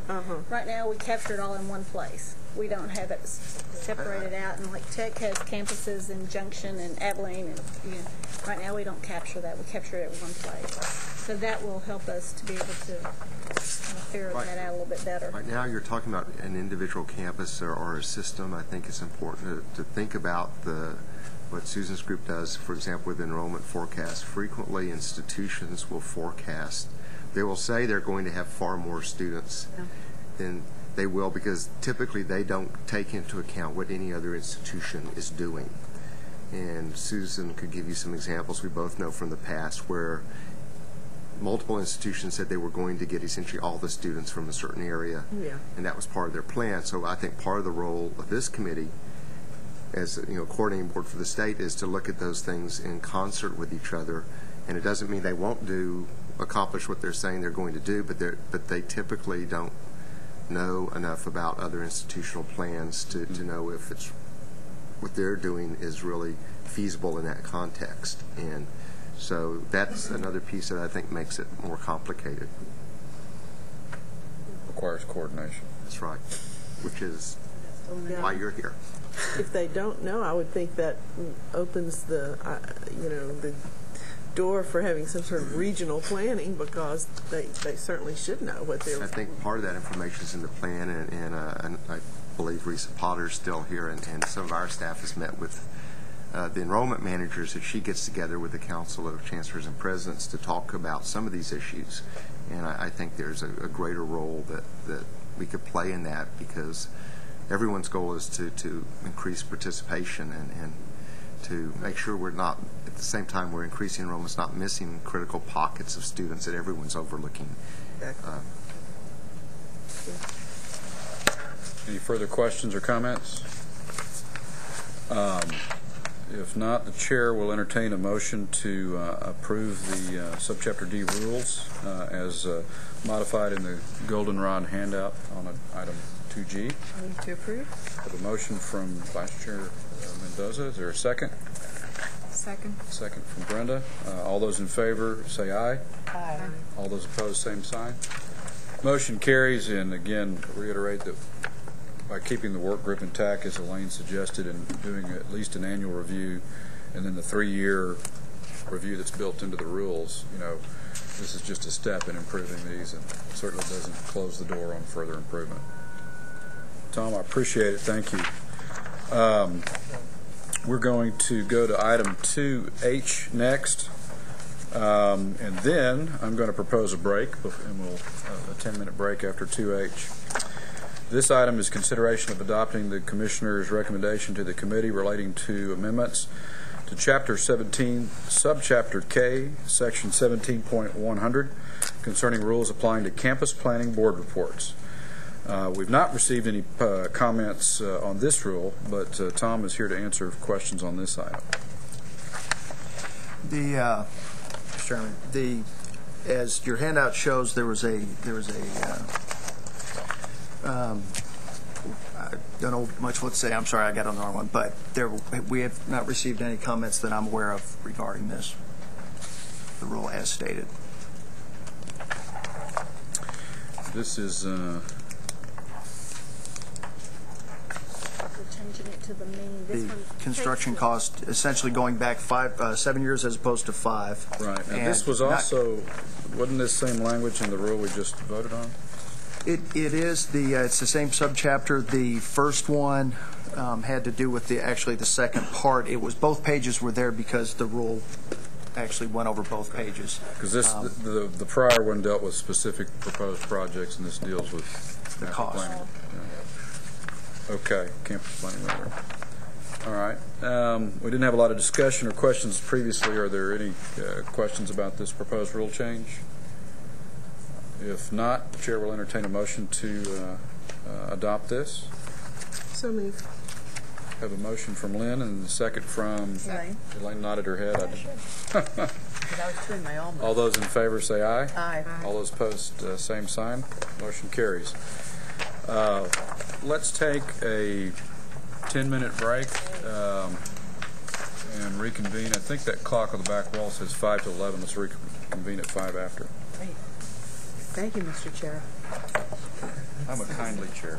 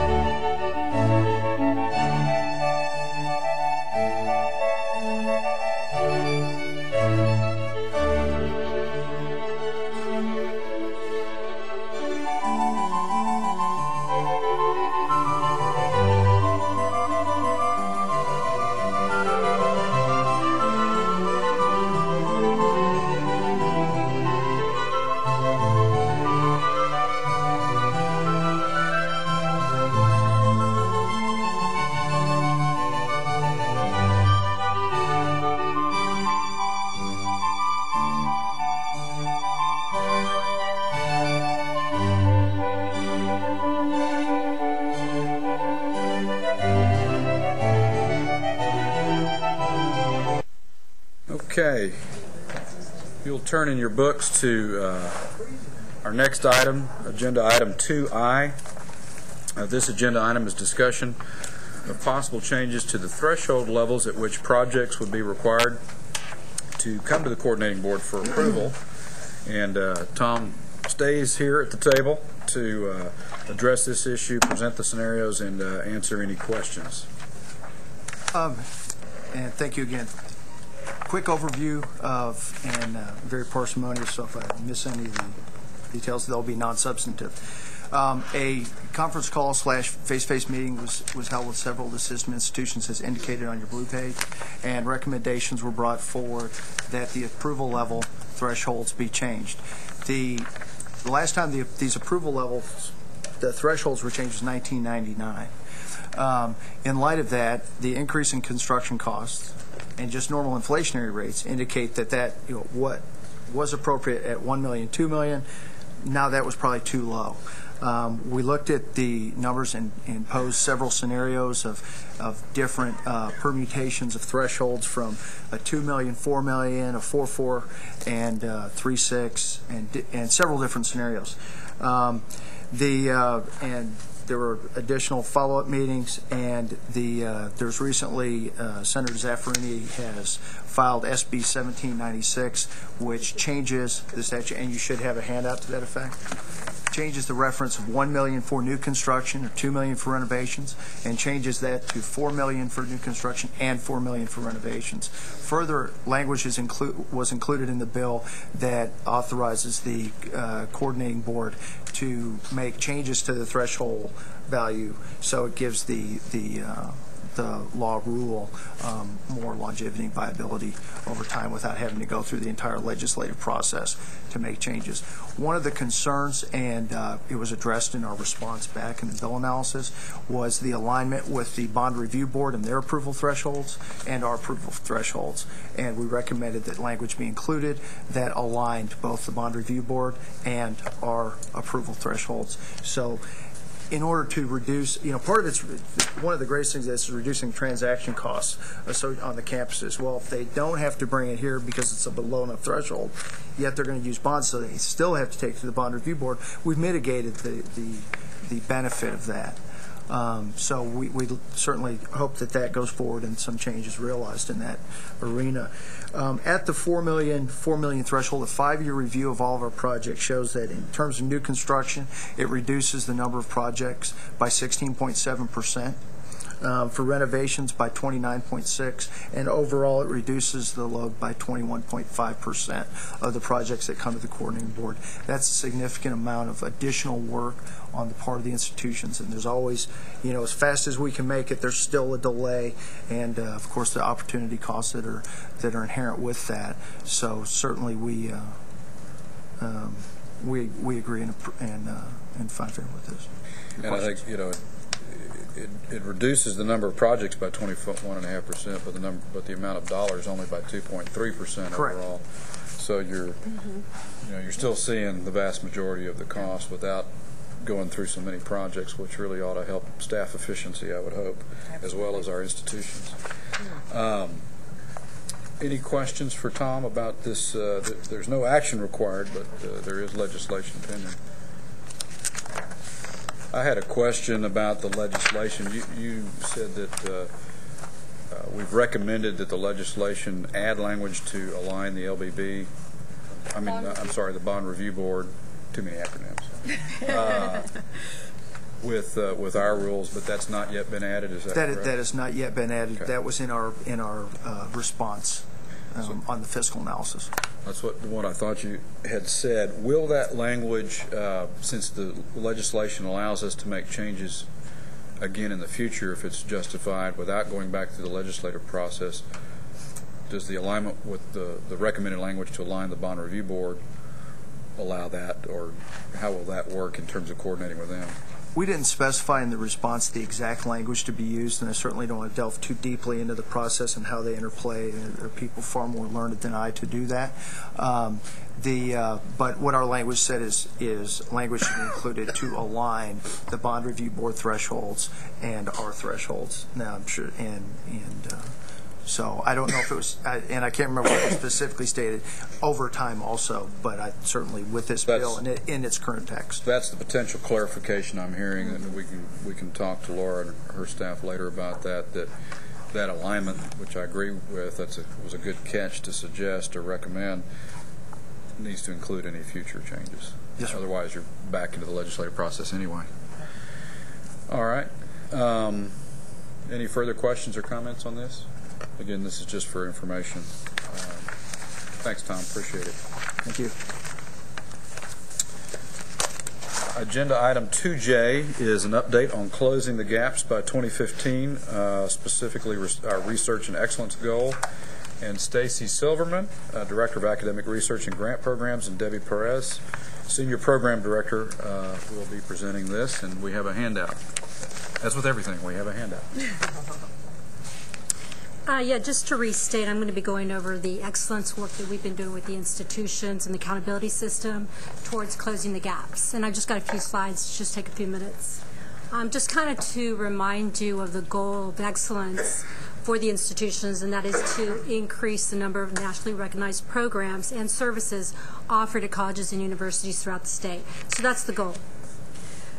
Just to provide you with the charge that we ask the institutions to review as part of their work as they do look at the accountability system in terms of excellence and the measures that are there, we ask them to review the existing measures, to do a complete assessment, and to come to us and let us know how they define excellence, as well as which measures they would choose to keep, which ones they would choose to revise, and which ones they would just like to do away with.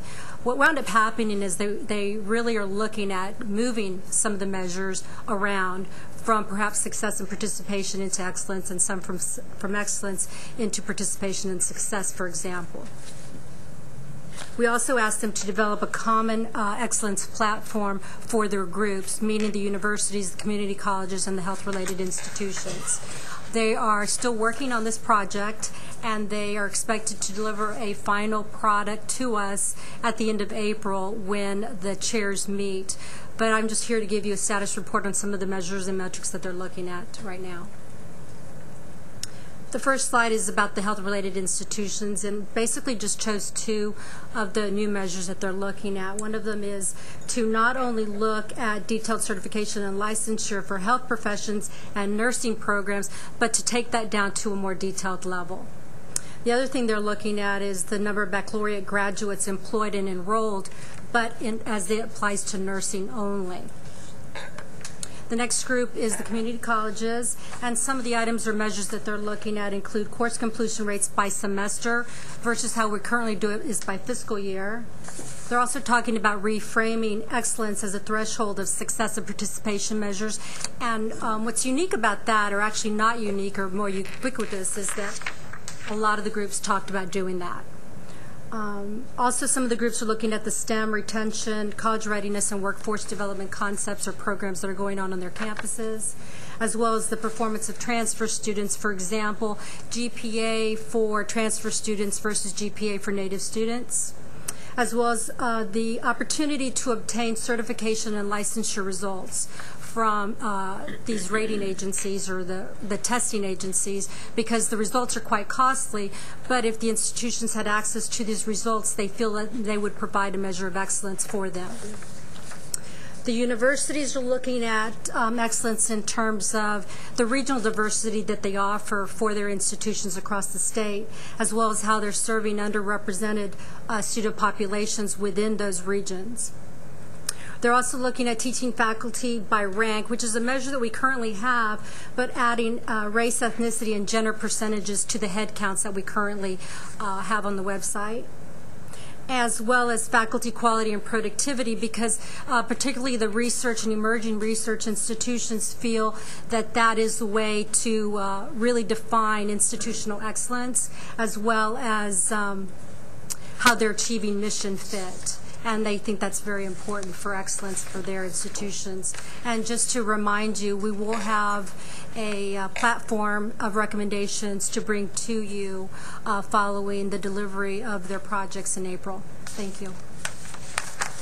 Why don't we talk about excellence before we move on to research? Questions or comments? Elaine? On your slide regarding excellence under community colleges, what does the college readiness piece? That came from the large community colleges, and they basically bulleted that for me and told me those are the programs that they're looking at within their campus on for defining excellence for their community colleges. That is some developmental ed. Those are those developmental ed programs they want to be able to review and look at how they're doing with their developmental ed programs. Okay. And then on the excellence on university level, while I know systemically there's not, it doesn't seem there's a way to encourage faculty to get involved in P16 initiatives, is there any talk at this level to have a measure by which faculty members are engaged, whether it's going to K-12 to do mentorships or what have you? I mean, is there any talk for faculty to get engaged in P16 activities? That hasn't been part of the discussion, but it's certainly something that we can, engage them in. Go ahead, please. One of the other things that we've talked to them some about, and these were areas where there's been some consensus among some of the institutions, but we haven't been able to reach that on any type of a value added, and that's one of the things that we've raised. And right now they're still pretty much all over the board, and so how to do that and how to look at a value added type measure, We just haven't been able to get any type of consensus going within these groups. And the reason I think is, and the problem I have with some of these recommendations personally, is that excellence is probably our least well-defined goal within closing the gaps. It's kind of like beauty. You know it when you see it, but it's really hard to define. Excellence to the public is where you rank in U.S. News and World Report and things like that. And I know the institutions don't like that. It's just that's the facts. And I'm concerned that we're blurring the line between the participation and success goals and what we're calling excellence, and I really don't want to do that. Yeah, I understand. I brought up the P16 activity under faculty quality and productivity. Mm-hmm. While it means something different under the umbrella of excellence, perhaps it's not the right place for it. But it does. What doesn't get measured doesn't get done. And if we can define excellence for our state as to what that means, and if that means having an excellence in terms of getting your faculty involved in P16 activities. I agree that the idea and how we measure that is a good idea. And I was really speaking more globally than to your specific recommendation, because a lot of these ideas kind of line up with, since we don't really define excellence in a very specific way, other than where the most common way we refer to this is where our flagship institutions rank on different national lists and different criteria. But that's not the be-all and end-all of how we measure excellence. I think in terms of excellence, you have to think more about student access to faculty on campus than faculty going off campus in terms of talking about the excellence as an educational institution. And I think it may be relevant to the participation goal. But if you look at many of the better institutions nationally, one of the things that people talk about is not just the research productivity and that type of thing, but what are the size of the classes, how likely are the students to be able to actually engage with faculty and research, and Senator Zaffirini has introduced a bill related to that. How well do you work on the education of that student while they're on the campus? And that's really hard to get at, but that's what I think. Whatever those embodied in the U.S. News and World Report. That's right. It's sort of. And that's the thing. What I'm not holding up U.S. News and World Report as the best example of a ranking. It has its pluses and its minuses. What I am saying is that to determine excellence, we have to compare it to national and international standards and norms, so that we know where does an institution, or better yet, where does Texas rank in whatever criteria we decide are the best measures of excellence. You've got to put it in context. You can't just say we're competing against ourselves. That's not good enough. And I think what's important is, this is the first time they've ever really engaged seriously in this type of discussion here, and I think it's going to take a while to work through it. And I think if they can figure it out, we'll be ahead of most states. And I commend the discussion. We should have probably done this a long time ago, because we're halfway through closing the gaps. You're exactly right. And I've, for 2.5 years, felt like, what does this goal really mean? Well, go ahead. I'm sorry.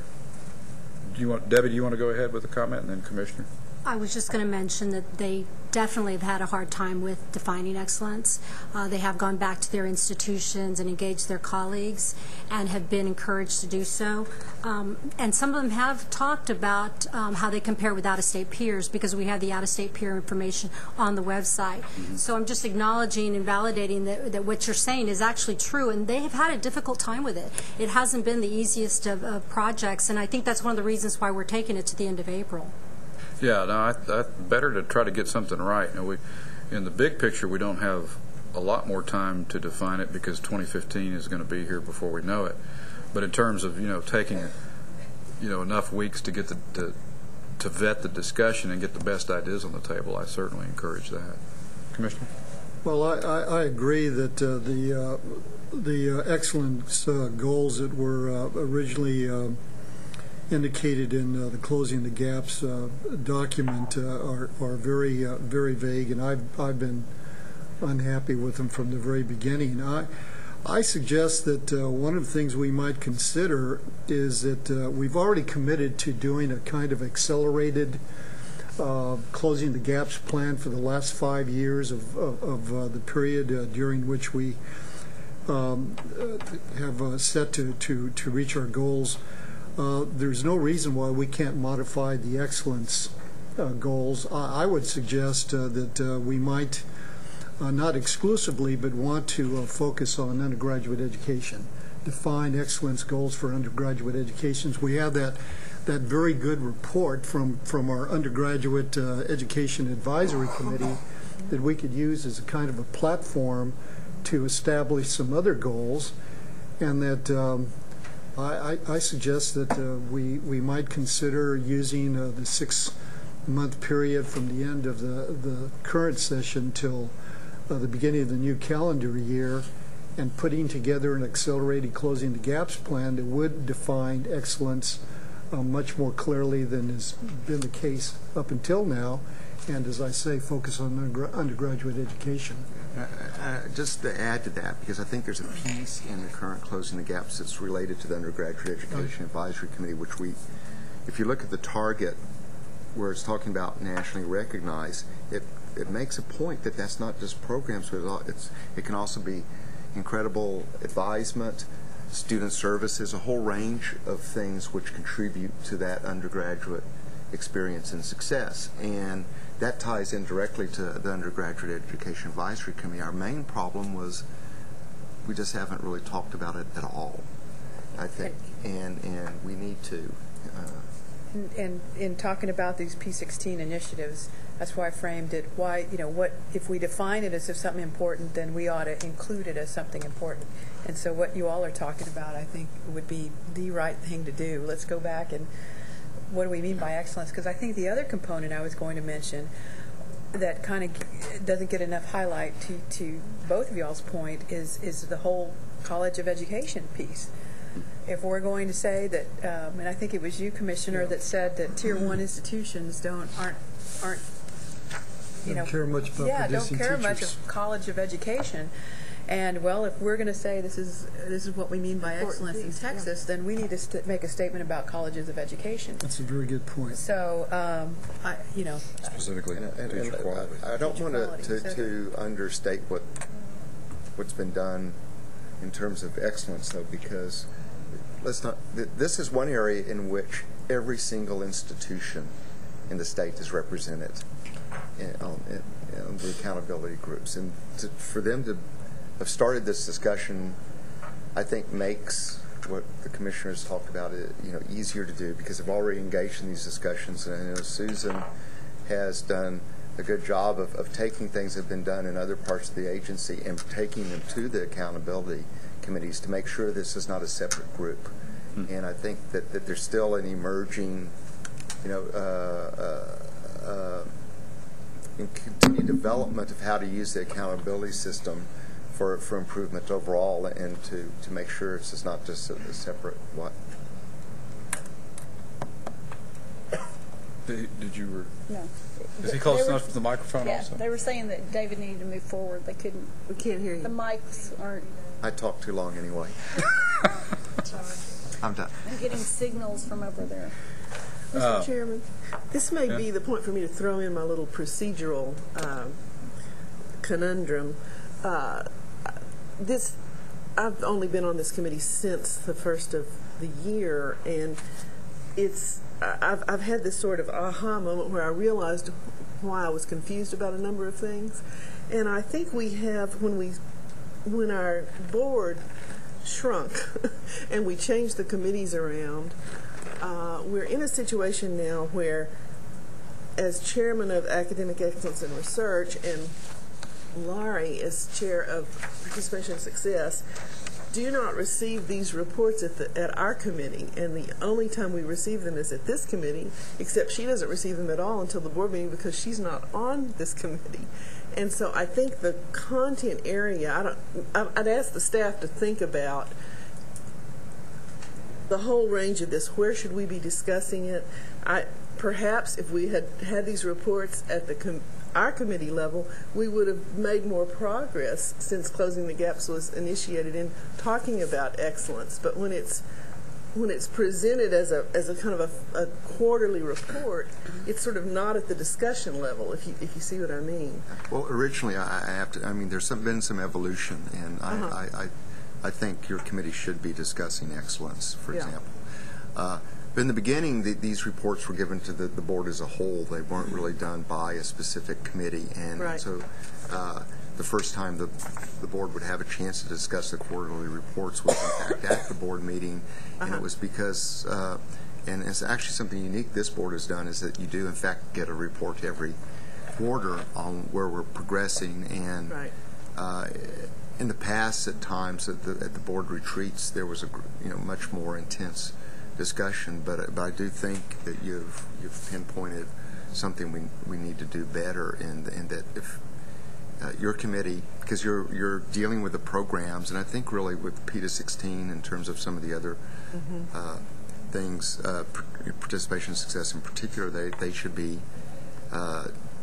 addressing those topics, and there's no reason why that committee couldn't regularly get a presentation on this as well, but more focused, and perhaps more detailed in terms of the P&S efforts.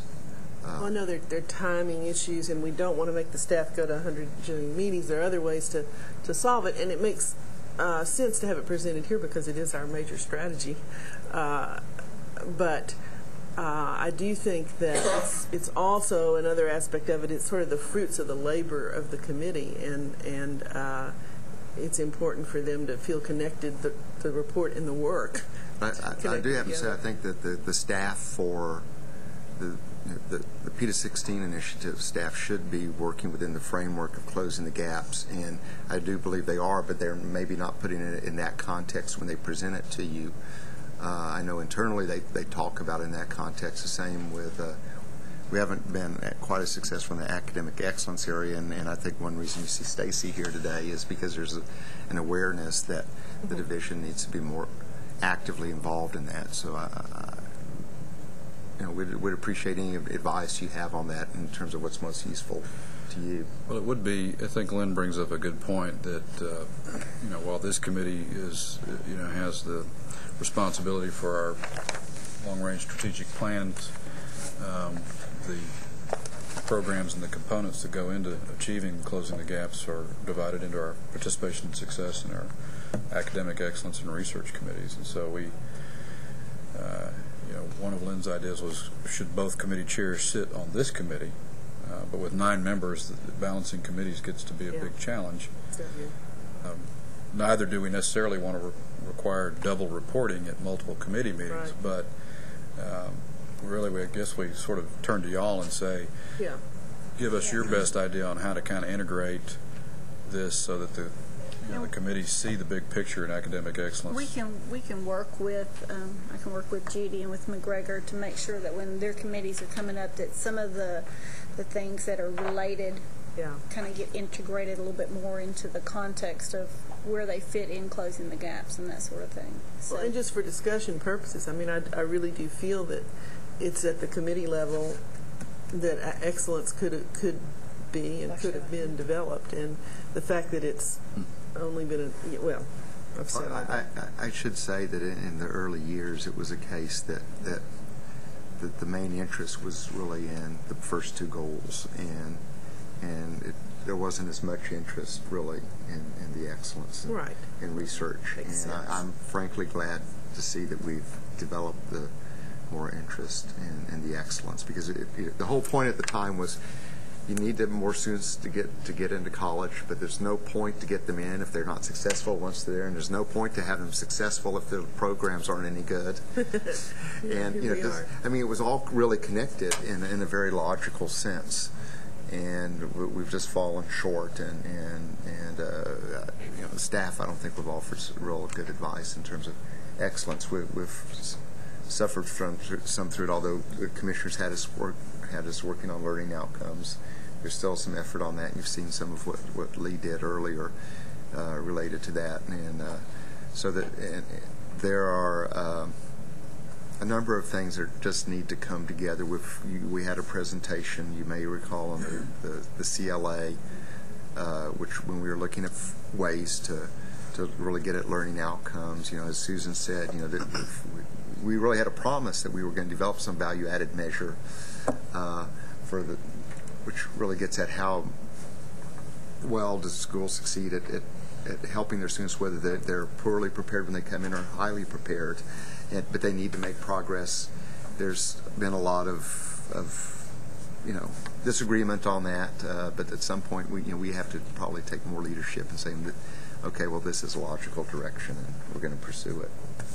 Well, I would just add 2 points to the discussion. One is that I would rather see, and this doesn't necessarily make it easier, but I would rather see fewer, better defined measures of excellence and as much commonality between the different, between the community colleges and the universities as is feasible, even though they have different roles. Second thing I would say is magazines publish lists for a reason. You know, that's what appeals to the consumer, and that's what gets their attention. So now there's not, you know, all these years later, there's not just the one list from U.S. News and World Report. There's several. If there's one out there that we think is well defined or that is a good metric, then it doesn't all have to be about reinventing the wheel. If we think there is an already existing worthy listing that is an objective measure of excellence. So I would encourage that as we have this discussion over the next 6 months and this review, you know, let's look at what's out there. I promise not to recommend the one where A&M finishes number 1. I'll be as objective as I can. Just to add one thing to that, when we first started talking about excellence before we quit, one of the concerns was that we do have multiple institutions, and there are reasons to go to each of them. That you know, there are things that some are good at that the public doesn't understand. You know, there's going to be they're calling it a report card now. They're going to call it something else that parents will have some access to. So how do we make sure that parents will know? You know, there are certain things that can happen at Sam Houston State that may not happen at A&M. Well, you know, or even their criminal justice program, for example, where does that rank nationally? It's probably very high. You can't study at A&M, and you can't study criminal justice, and there are things that we need absolutely to use that differentiate and even to emphasize different kinds of excellence, and I think also that the accountability groups help with that as well. Yeah. Regional and national excellence, it's not, you know, we've said this before and the commissioner said this, it's not all about the flagships, it's about those, that's exactly right, or the emergings, it's about those other 26 institutions and where they're developing. It's very encouraging that Midwestern has said they want to be, a great liberal arts institution. We need that. But as you look at this accelerated plan, I would urge you, Commissioner, to look at the committee structure and see if there's a way that we can, that we might want to make a few changes in for our the last ditch effort, our last sprint. Because I think we could have some economies in our structure since we've shrunk down. I spoke with Linda Battles about this. If you look at who's on what committees, there might be some merger possibilities there to have fewer meetings and so forth. We'll take a look at that, and I'll call you to get your ideas about this. You proposed a 6-month time period to redefine this and hopefully also run the measures, and then so the outcome would be, I guess, a report and specific recommendations at our December committee meeting. Appreciate that. All right. Has the horse been beaten enough? Are we ready to move on to research? I'm ready. Good morning, Chairman Helman-Bells and members. I'm here to present a brief update on closing the gaps in research. The first research goal is, by 2015, to increase the level of federal science and engineering research and development obligations to Texas institutions to 6.5% of obligations to higher education institutions across the nation, an increase from 5.5% in 2000. Our current status is that we're at about 5.6%. In 2006, Texas institutions of higher education ranked 6th in federal obligations for science and engineering research and development. The next slide shows Texas with $1.4 billion in federal obligations, and states, the other 5 states that ranked above Texas. California, New York and Maryland, Pennsylvania and Massachusetts all have more federal obligations than does Texas. Now, an additional research goal is to increase federal research expenditures.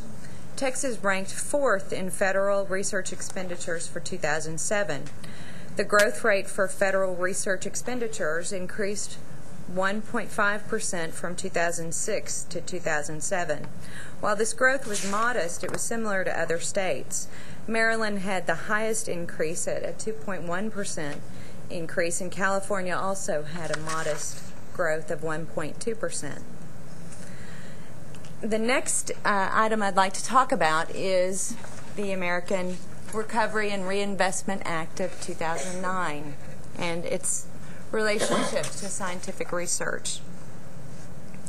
The federal research for science and research spending, it totals $21.5 million, and I'll break out how that's been those zeros. Billion. NIH will get $10 billion, and of that, $8.5 billion will be for research grants, and $1.5 billion will be to upgrade and renovate existing research facilities.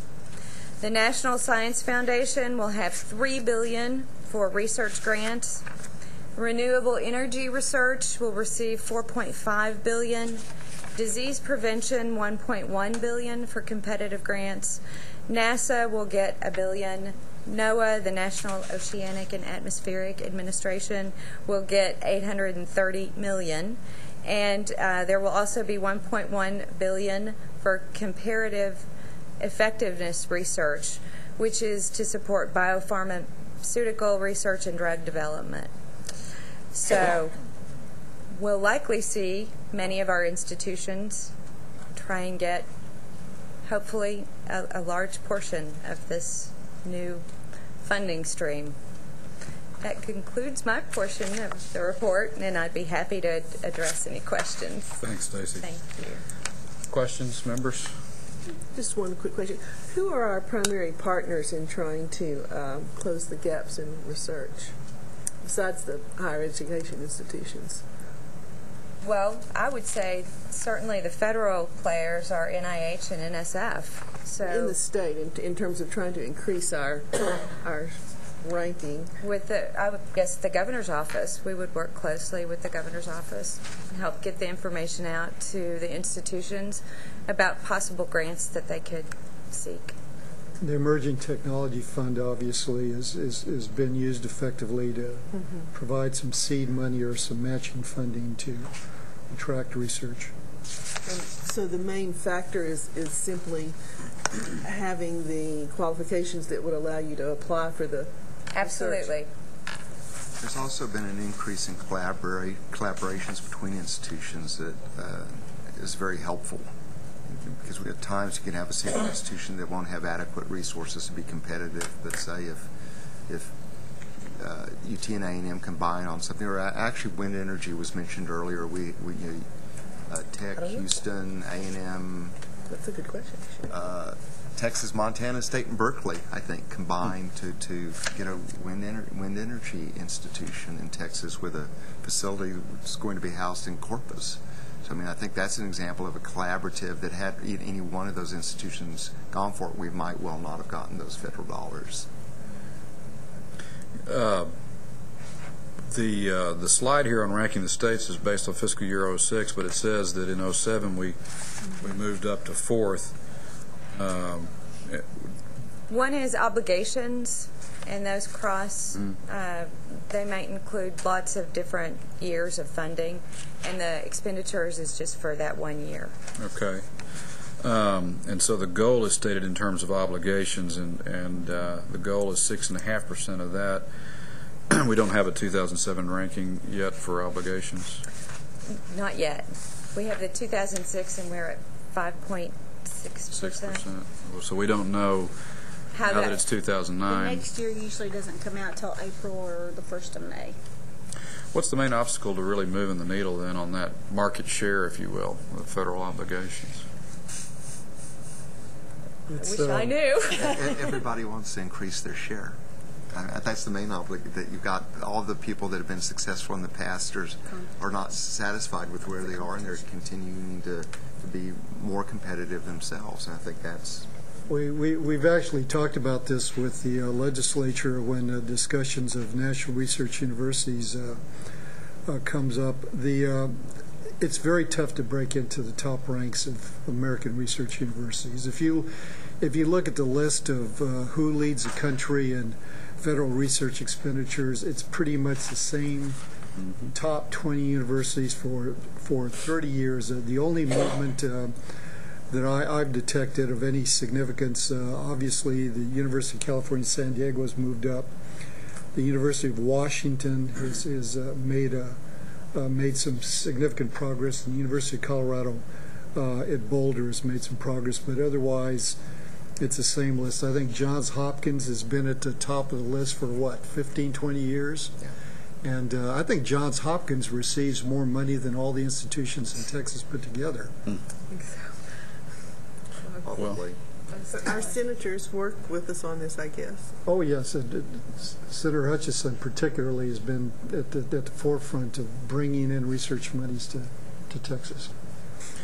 Fight for the talent, too. Well, this is one of our Closing the Gaps goals, and so, I'm assuming we need to, our action plan to address strategies to grow our market share to 6.5%. And as we've talked about, the opportunity the state has to attract faculty, researchers, et cetera, from other states during this recession, it strikes me that that's also an opportunity to gain here.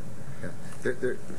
There are a few things that the board has accomplished we shouldn't forget, is that at the beginning of the Closing the Gaps, universities weren't able to retain their overhead income. And one of the strategies within Closing the Gaps was to make that happen. Our health science centers could. And that's resulted in a considerable amount of additional funds for institutions that were successful with the research to plow those back into facilities and other things on their campus. And I think that's been quite helpful. Another strategy also was to encourage collaborative arrangements between institutions. And I think we haven't mentioned our advisory committee on research programs, which provides good guidance. Some of you have participated in those meetings, which includes both academics and researchers from industry.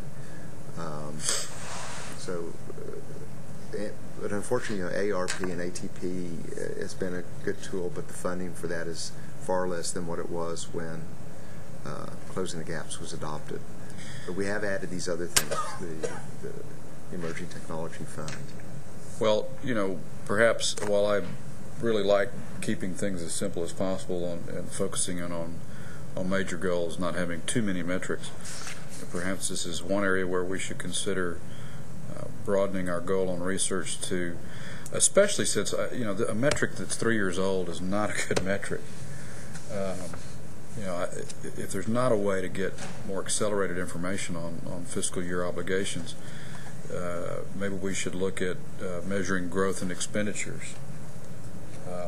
We do have you hear annually about the research expenditures report where we do, and we have increased, and Stacy knows more because it's a program in her area. Well, actually, and that is a target. One of the targets. We're just about to publish the new updated version of the research expenditures report, which hopefully will come to the board at the April meeting. So we'll make sure everyone gets. Well, I would encourage that we have a slide that shows. We see the obligations, but what were the 07 expenditures? Better yet, what were the 08 expenditures, if we have even an estimate of that?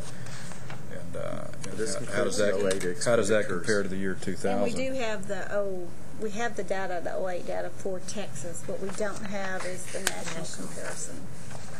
And that's why it is one of the targets, is because we are growing rapidly in our research expenditures, but just getting that federal data, there's a delay. And I don't want to take our eye off of market share, but at the same time, it is meaningful to say in 2000 when we started Closing the Gaps, total state research expenditures were X, and now they're Y. What is that? that the dollars and percentage of growth increase. I will tell you, one of the reasons we went to this percentage of the obligations when we reviewed the goals and targets back in 2005 was because we found out that when we set the target for 2005 and 2000, originally in closing the gaps, we didn't realize because of the federal that we had already surpassed that dollar amount because of the delay in the. Actually, we discovered that the first time. The major reason for changing to percent, though, was because the goal was to change the share, and that there was a recognition by the board that the federal dollars could go up and go down, and they wanted to have a measure that said, well, if the dollars go down, we're still making progress if we get a larger percentage of it. If the dollars go up and we get a larger percentage, that's even better. But it was taking into account the fluctuations of federal funding. I agree that the share is a key metric. I don't want to take our eye off that.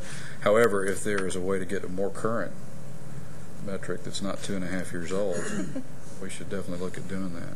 Even if it's based on estimates, got to be somebody out there who's figuring this out, how we can. Almost all the federal data, unfortunately, is usually 2 years old. Although I have to say that in the past, with Linda Domo-Smith, in that role, was able to cajole the person up there to give us the See, it's all about who you know. About a month and a half, but it's only a month and a half before they were available to the general public. Maybe there's we can improve that further, or maybe there's some foundation or institute out there. We'll look at other possibilities. It's estimating the data. Sounds like we need a hacker. Brenda? Okay, she said that. What will the relationship be between the stimulus money and these research goals? Good question.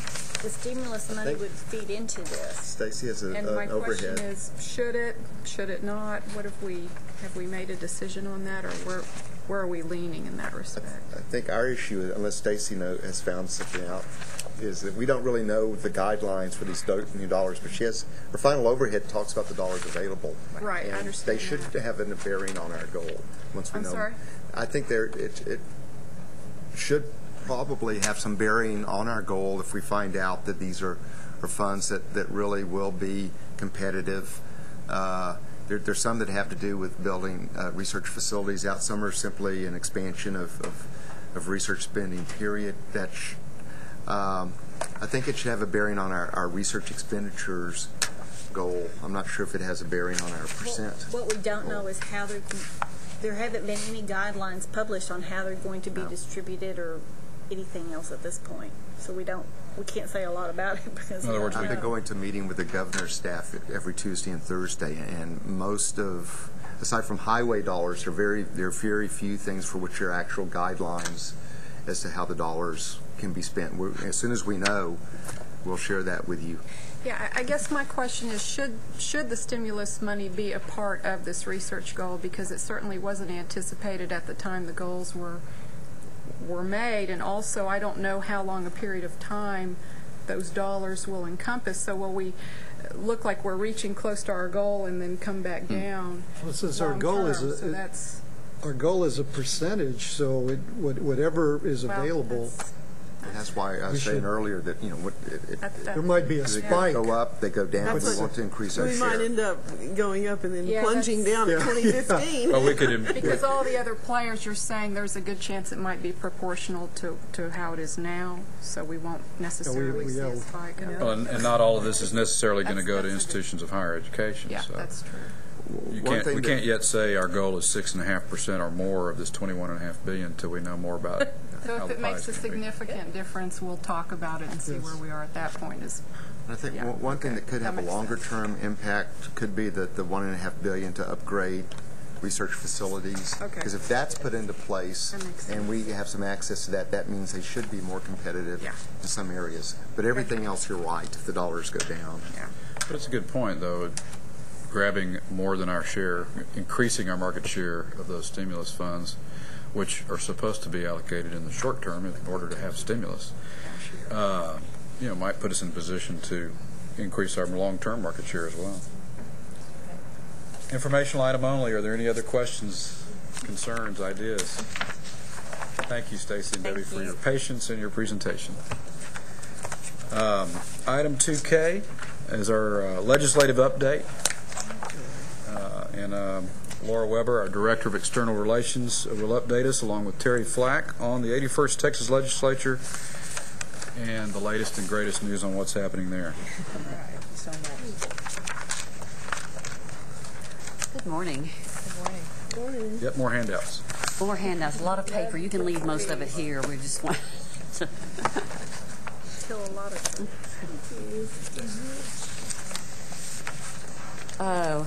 well, we are halfway through the session and following more bills than ever regarding higher education and agency operations. About 689, which is a little over 160 than last session. And this number will probably hold steady. The major part of the bill filing has finished, but we may get one or two more added on as we discover things that we didn't notice before in certain bills. As I've noted before in these discussions, we basically follow the legislature on two tracks. One is the appropriations bills track, and the other is all the other bills track. Terry Flack, who is here with me at the table, and Linda Battles have been running hard on the budget track, and she's here to update you a little later on the status of the budget negotiations and considerations. Both of these tracks are enormous undertakings by themselves, but this session we've also been following another little track called the stimulus funds, and I'll touch on those too later in my report, although y'all have been discussing them a little bit already. The bill hearings have started, but just really they've just started. We have all these bills that we're tracking, but the hearings have just now been getting underway. But they should move into high gear over the next few weeks, and we'll be working more and more with the committees on the bills. The first report you have in your handout there was what we called our high interest bills, which includes the bills we're watching most closely at the moment. But rather than go through all of that list, I was just going to kind of put things in big categories and talk about them in that way. Big issues and bills that have been considered in the House thus far include the Top 10% law, the establishment of the next National Research Institution, and public school accountability through Representative Eisler's House Bill 3, which, as you know, contains student preparation and college readiness standards.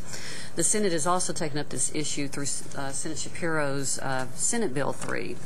Both the Commissioner and Board Member Laurie Bricker testified in the hearings on these bills, and the staff has also recommended some changes regarding the bills to strengthen the decision-making between the two commissioners at public and higher education, and to strengthen the standards themselves.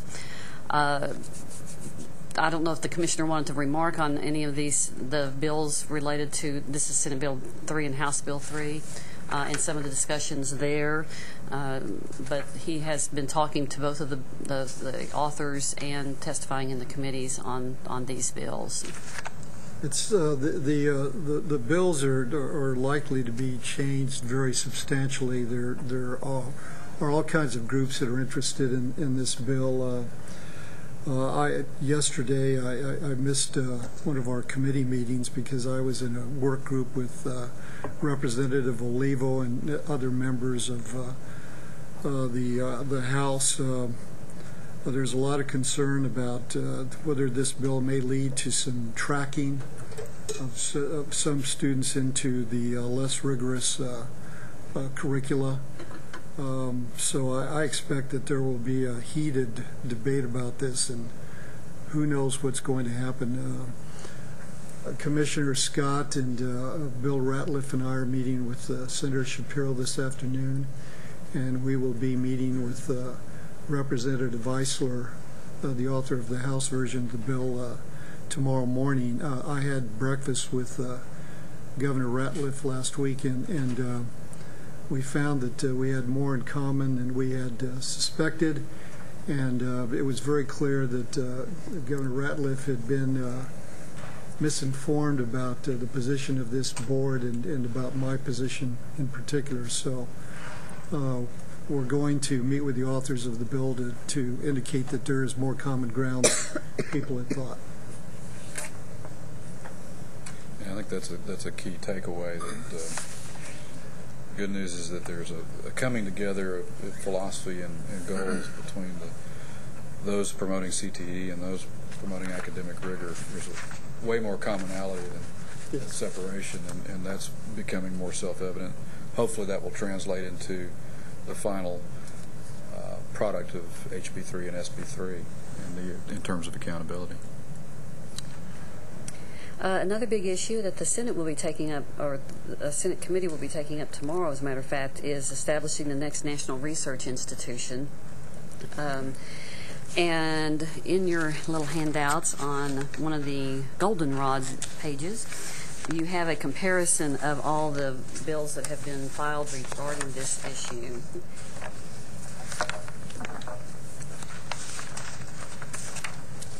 The bills before the committee tomorrow, and this is the Senate Higher Education Committee, will include Senate Bill 9 by Zaffarini, Senate Bill 1560 by Duncan, and Senate Bill 1564 by Shapley, and the Commissioner will be testifying.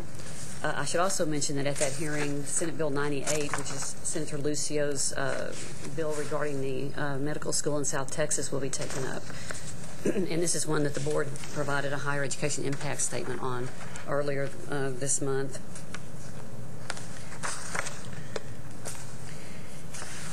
The agendas haven't been posted, but another group of bills that we expect to be taken up either next week or the week after are bills related to tuition.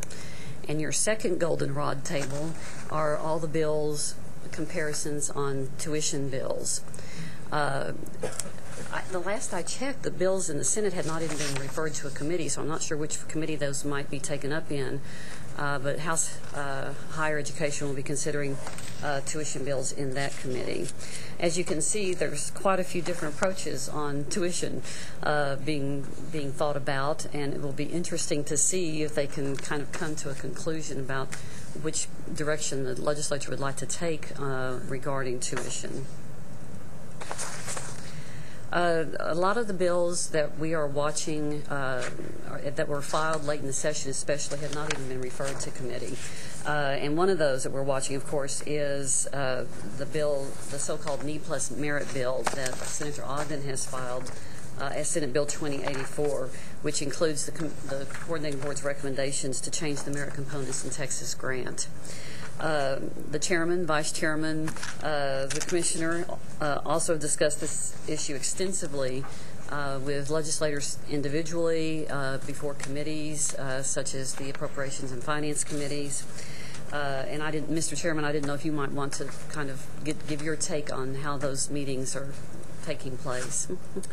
Yeah, there's a specific to the student financial aid recommendations. I think the biggest concern, as we expected, is with the merit component, or really the modification in the merit component from the recommended curriculum to meeting 2 out of 4 proposed criteria. And we've run, the staff has run some good numbers. Dan Weaver put together some tables that show both percentages and absolute number of graduates using the 2003 cohort, and taking those numbers and applying, breaking them into 4 groups, those with Texas grant that do and don't meet the proposed merit criteria, as well as those who didn't get a Texas grant and would or would not meet the proposed merit criteria. And it's pretty startling, the impact on the 5-year graduation rates. Goes up by 2.5-fold approximately from when you add the merit component from about 21% to 53%. And I guess what I would characterize it is that there's an understandable concern by a lot of members about how these proposed merit criteria, albeit being phased in over 4 years, would impact participation, particularly among at-risk students, African American and Hispanic students, versus letting the data project what they'll do to increasing the outcomes, the number of graduates. So we're trying to let the numbers speak for themselves and hone and improve the message of why we believe this is a positive change, and also reminding members that 10 years ago there was this same level of concern about requiring the recommended curriculum, and 10 years later it's now the default curriculum. has not been an impediment to eligibility for Texas grants. Commissioner, you want to add anything to that? I think another concern that's been expressed to members has come from presidents and financial aid officers who've said that their institutions would receive less money because they would have fewer students eligible. We've made the point that there would not be fewer students funded, but the money would be redistributed depending on the academic standards of the different institutions. So I think that that's a concern that we have to address. I think people now understand that we would not fund fewer students, but the senators who I think have expressed the greatest concern are precisely those members who have heard from campuses in their districts that they might receive less Texas grant funding. So we have to respond to that.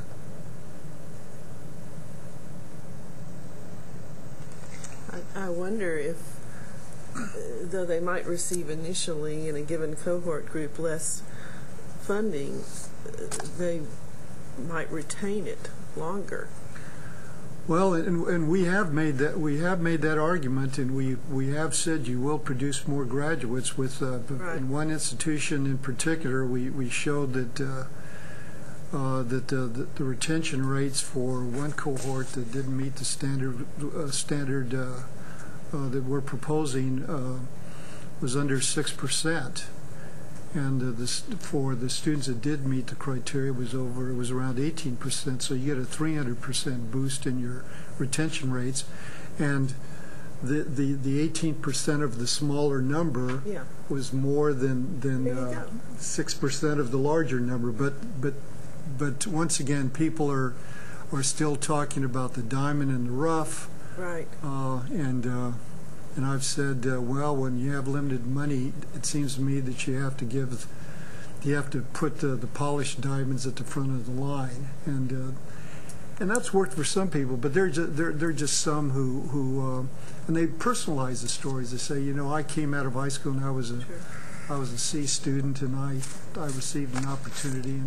And of course, those are compelling stories, but if you look at this thing in just aggregate numbers, it's obvious, at least to me, what we ought to do. But the personal stories do intercede. And I wish the people who are the most interested in the most at-risk students would get interested in our developmental ed work. I assume we're going to talk about that, but we are getting some traction on our views on developmental ed, I think. Well, the college readiness standards.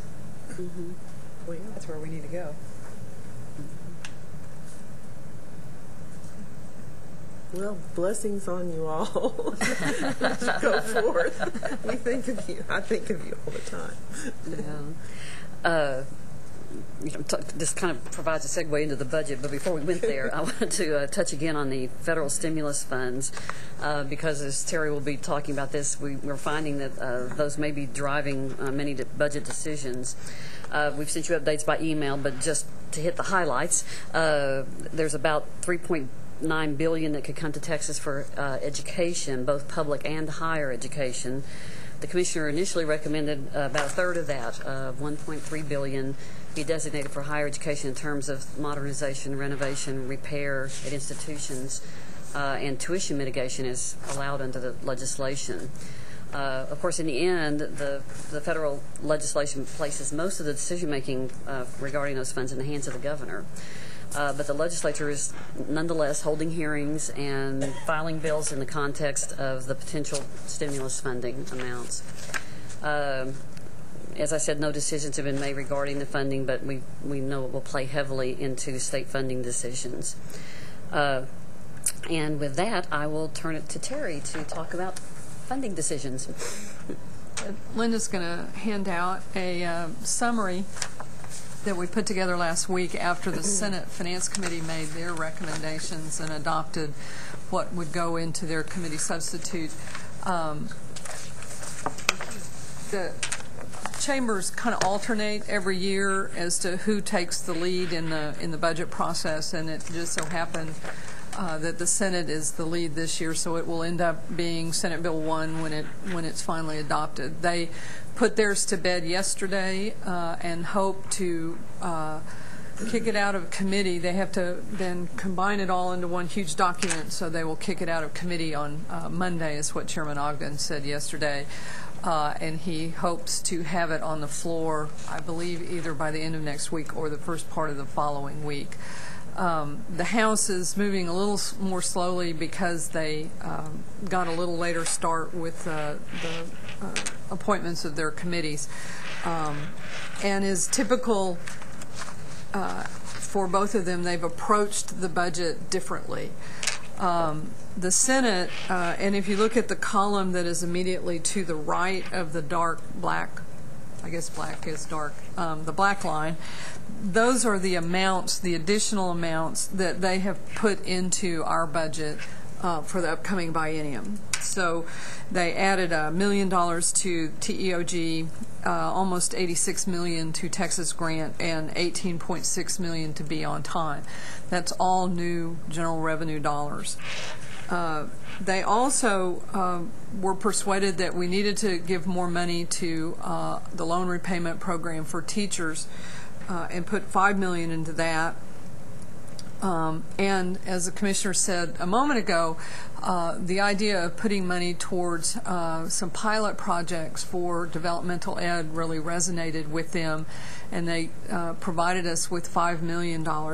I did finally see the rider that they adopted, and it is about as generic a rider as we could have hoped for. So the board will have some latitude to make decisions as to how that money should be spent.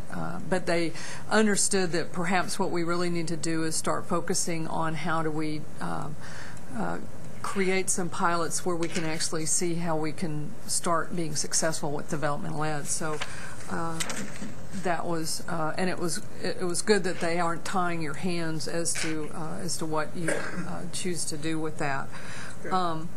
Nursing and the nursing shortage is getting a lot of traction on both sides. There is a rather large proposal out of the Nursing Association in conjunction with a number of hospitals and other medical professionals throughout the state. The Senate decided to provide $5 million to the program the board administers, the Professional Nursing Shortage Reduction Program, and then put some additional money, essentially the rest of what the board asked for, into, I believe, the wish list that will. Nope, they didn't do it on that side. Okay. They also put money towards the Joint Admissions Medical Program and the Family Practice Residency Program. For some reason, that really got a lot of traction, so they said, let's bring it up. $7.5 million brings it back to where it was in 2003 before the severe budget crunch caused it to be reduced substantially. They provided approximately half of the money that you asked for the data consolidation center, and what I heard late last week was that in sitting down with DIR may have adjusted the numbers that they're going to ask for from the agencies, because the Finance Committee got with DIR and went over and scrubbed all the numbers. So that may be a reflection of what we actually end up owing, as opposed to them just saying, let's give you 50% of what you asked for. But I haven't gotten a straight answer on that yet. They also put $4 million towards the Advanced Research Program. On the second page, what both chambers always do is create a wish list where if Providence smiles and they have a lot of extra money, then they put this on the wish list and say, this is what we'd like you to fund if you have these extra monies. So as you can see, they put $20 million towards TEOG, an additional $16 million on Teach for Texas, which would, when coupled with the other $5 million, is what the board asked for, $21 million, and then some more money in JAMP and ARP, and they recognize that we may need some money to move, and so they put it in Article 11, hoping that we can get a better sense of how much we actually need, and that the final bill would actually include that amount. Interestingly, they have also made changes to what are called riders, which are instructional items that are within the bill pattern that tell you how to spend money or what to spend money on, that go beyond just the listing of the dollar amounts. They accepted y'all's recommendations for changes to the professional nursing shortage reduction program, which would give you another category that you can fund with those monies, and that to apply a weight for the increasing graduates in teaching fields, essentially nursing education programs. And they also will allow the community colleges to get up to 50% of the money instead of being capped at 40%. They also accepted your recommended change to allow some money from ARP, a dedicated amount of money from ARP to be used for stipends for public school math and science teachers to engage in activities with grant holders during the summer. Now, there are a couple of new riders that are, some are, shall we say, curious. One is a textbook review, which will direct the coordinating board to review such wonderful things as trends in college textbook pricing, including a minimum 5-year history, the average college textbook prices. Hey, these people deal with public ed a lot, so they're kind of that mindset. So I don't believe the House Appropriations Subcommittee adopted this rider, so it will be a conference issue, we hope. And then they have directed the coordinating board to try to develop a health-related institution cost-based matrix for the formula. I think they looked at the weights and said, I wonder if these aren't like the weights from the general academics, and maybe we ought to know whether these actually reflect reality or not. So Susan and her sidekicks will be doing that work. And TSTC would like to be funded based on the value they return to the state of Texas. And so you will also, Susan, be studying that item. That's on both sides. On both sides. So the Senate, we kind of know what the universe looks like on the Senate side for now. As I think I've mentioned to some people, my goal always is to get something in the bill so that we can keep talking about it as we go into conference. If it's not in the bill, then it doesn't become a conference issue and it never gets on the table. So we have a lot of items that we still care about and we care about very deeply that are on the table from the Senate side. So we'll keep talking about it. The House, moving a little bit more slowly, just kind of completed their subcommittee work. They will bring up the coordinating board's bill before the entire committee on Thursday. We've been advised just this morning that it will come up on Thursday. We know what the subcommittee has tentatively recommended. Chairman Hochberg has not briefed Chairman Pitts. So all of this could change. We don't know until they actually adopt things in front of the full committee as to what the recommendations are, but as it stands right now, they have decided to put $275 million towards Texas grants, $25 million towards TEOG. Let me get to the right piece of paper that I have here. $1 million for preceptorships.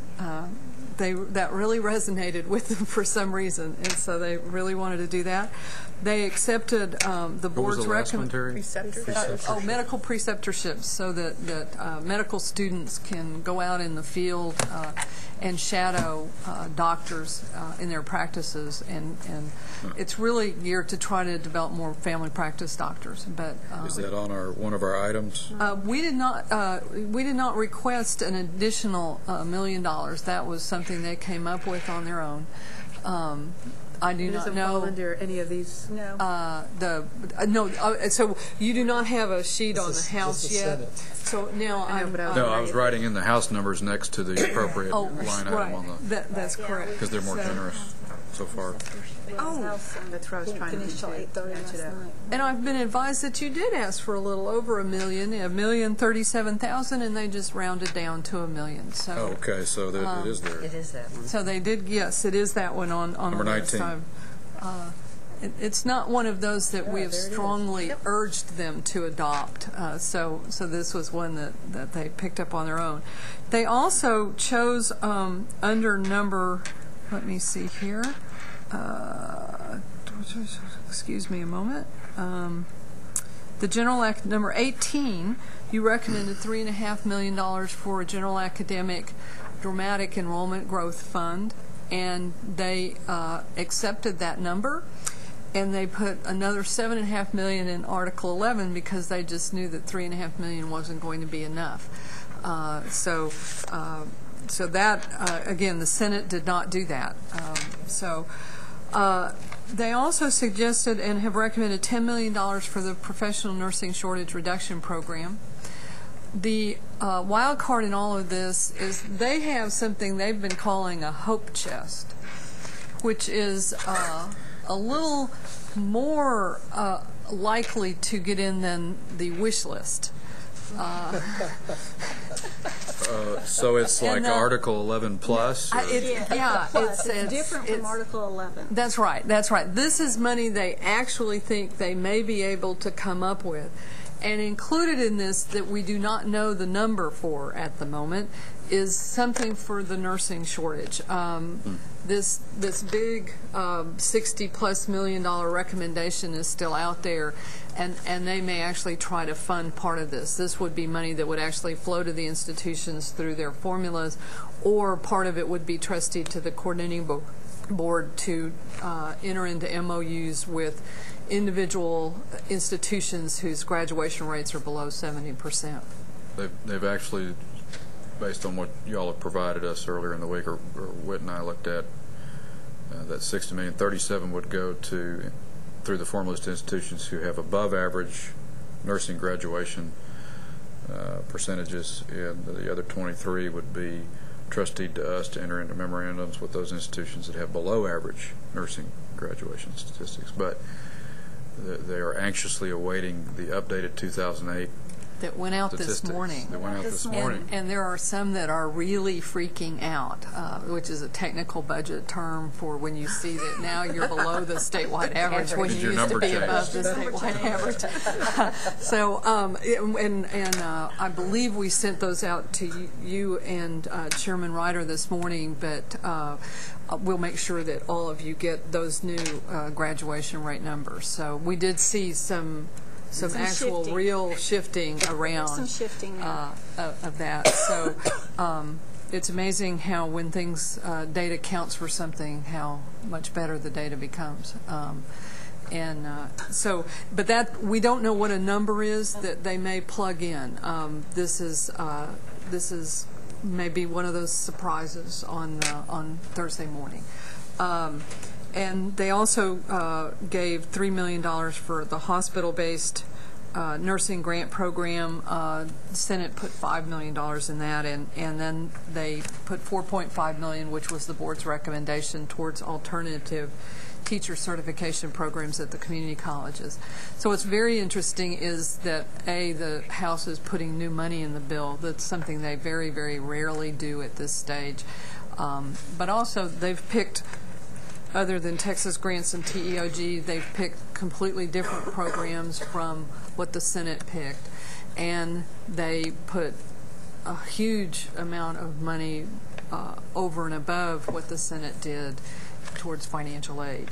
So it's going to provide for a lot of good discussion. If Need Plus Merit moves through the legislative session, then certainly there will be a basis there to say let's alter and the breakdown between Texas Grant and TEOG. So we've got a lot of money on the table, which is where you want to be. And the other thing that I'll just touch on, the Senate put I believe, $100 million towards the general academic formula over their base bill, and another $100 million in the community college formula, and $50 million in the health-related formulas. And the House has not announced what they're doing. Chairman Hochberg spent the weekend doing formula runs with incentive funding and performance-based funding built into the formulas, and that will be another surprise on Thursday morning as to what they end up doing. So,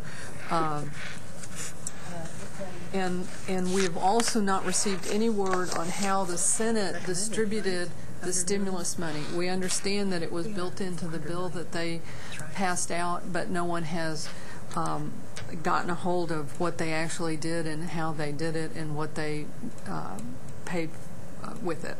So we don't know. And the House hasn't made those decisions yet. What was the $100 million increase in formula funding for general academics and community colleges was larger than feared, but much smaller than recommended. What was our, refresh my memory on our recommendation for the health related on formula funding? It was $125 million, the health related increase for the formula. That sounds I believe close. health related is about $125 million. It strikes me that they're recommending a much higher percentage of the recommended increase for the health relateds than for the general academics and the community colleges. And yes, much I sense I feel the need to balance there. There probably was also about $100 million in the base bill that was over the 08-09, and of course you build into your formulas the enrollment growth, and so that's reflected in the base. So in reality, that's probably about $200 million for the general academics, and I don't know what it is for the community colleges. So if that's the case, then our outputs would kick in, right? Because the minimum we asked for was $200 million for the general academics.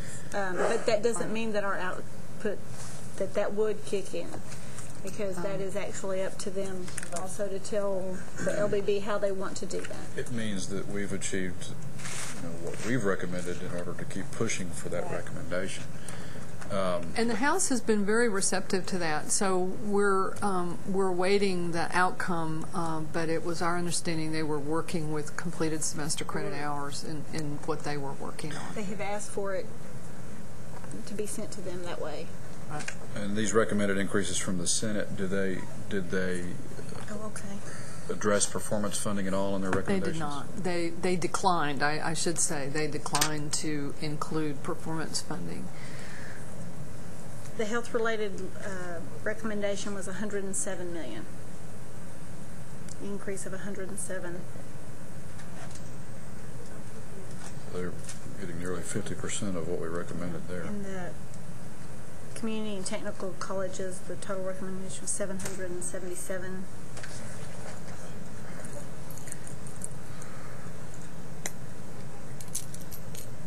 $185, I believe, but I was going to.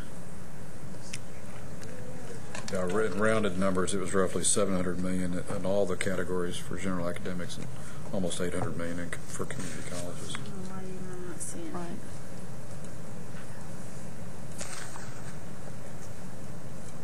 Committee members, any questions for Laura and Terry? I know this is a lot to digest, but the rubber is starting to meet the road. And we will get a report out. I was hoping to get the spreadsheet updated, but there's some nuances to some technical corrections they did that I don't have the final numbers on. So, but as soon as we get that, we will send you out essentially a report summarizing what the Senate did, and then again when the House does that. The House bill has to be out to the members by the 90th day, which it turns out this year is Easter.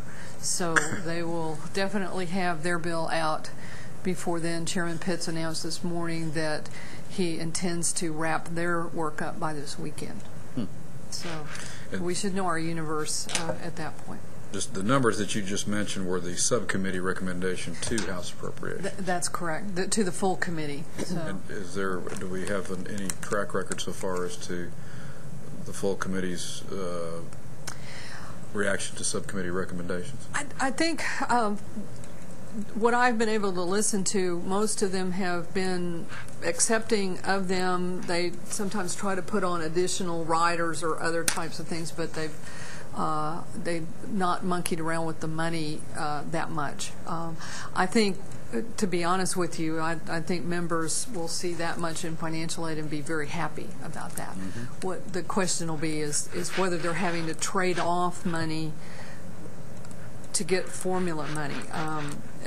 The magic number last week was $500 million, and between our budget and TEA, they spent $434 million. So what we don't know is whether or not they're going to have additional money to add to that magic number. So this, I always tell people that until they vote, it's not at all final, and they could surprise us with other numbers on Thursday. Question for the Commissioner. What does this mean for our college readiness work? Well, our basis is still intact, so we'll still be able to work at least at the levels we're currently working. Okay, I couldn't tell for sure if that was the case. Yes. And what we don't know is that last night when they were talking about the Student Success Initiative on the TEA side, they were talking about House Bill 2237, which was what passed last year, that has some elements that we work in. So there may be money that's going to come through that they're like doing through TEA, and we just don't know what that number is yet. Right. We mentioned the hearings. The top, our real high priority is the SB3, Tier 1s, and then the top 10%. Are there any comments about the top 10%? Bills that have been submitted or filed? Well, and I should mention, too, Senator Shapiro's bill is on the floor of the Senate today, and it's the one that caps at 50%. So it looks like that's the one that's going to be moving forward in the Senate. And Representative Branch had a hearing that considered the House bills related to top 10%. Those bills are all still pending, so we haven't seen which one it may come forward from there. So they haven't moved those out of committee yet. But the discussions were certainly interesting in the committee. Lasted a long time. The commissioner stayed to the 9 o'clock. It was close to 9 o'clock at 9:15 at night. And I was never called, which was fine with me. Knowing how the board feels about this issue. It's for legislation on which we don't actually have an official formal opinion. But, or asked to do anything. So. But it does come up in a lot of our meetings. It does. The biggest difference that I've noted, and there seems to be a sense that the bill that I guess is on the floor today has a pretty good chance of passing. But the interesting thing is that on the House side, there is a new dialogue between historical opponents and historical proponents about, okay, let's stop talking about this Band-Aid that addresses a symptom, and let's talk about if we're going to rip the Band-Aid off or change it to a Flintstone Band-Aid, whatever we're going to do. What's the real underlying problem? How do we address recruitment and retention and increasing Hispanic and African American enrollment and diversity in our institutions? And interestingly, this was a characteristic of our meeting with Representative Castro. He's not saying bad idea. He's saying to the constituencies, what does it take to reassure us that we're going to continue that improvement in diversity in order to move beyond the top 10% law? And I think also the Tier 1 discussion has had a big impact on realization that if we start down the path to adding one or more flagships, we're also starting down the path to creating more opportunities, more capacity for those top 10% students in terms of choice. Mm-hmm. So right, wrong, or indifferent, that's certainly the perception. Mm-hmm. Thank you. Any other questions or comments? I did want to mention one other hearing that's taking place tomorrow, and that's the Nominations Committee hearing. Oh, yeah. We have three board members who will be confirmed, including our chairman here, and Brenda Payovich, and Bob Wingo. So we'll look forward to that. Well, Chairman Ryder promised to try to plant some softball questions. Great. So we'll see if he's successful. Laura, I was curious, are these goldenrod, are these the exhibits you emailed, the attachments that you emailed yesterday evening? Yes, to you and to the chairman. I haven't sent to everyone yet. But it's the same information. It's the same information, yes. Mm-hmm. Okay. I've got some questions offline we can go over as to how to use these sheets, because I see that some of the bill comparisons are repeated on multiple pages. Uh-oh, did we get our pages mixed up? I'm I don't sorry. know. I don't know. I would have turned them on the edge and had the bills across the top, but that's just me. Yeah. But I do want to go over this later. Any other questions? All right. Thank you. Great report. A lot going on. There's 20-something% more bills that have been filed this session. It's over 7,000 bills, and they're behind schedule yet overly prolific this session. More prolific. It's like the old Yogi Berra quote: "We're lost, but we're making good time."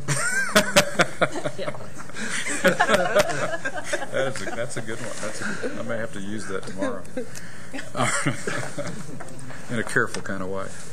There is one more thing under this item, which is was specifically asked about last week, and that is a comparison between Senate Bill 174's report card and our own accountability report card. And the VSA is the virtual voluntary system of accountability. Yeah. It's a national report card or accountability thing for institutions to put their information into, and all of the public universities have agreed to participate in the VSA, and so Senator Shapiro's bill talks about using the VSA for the public universities.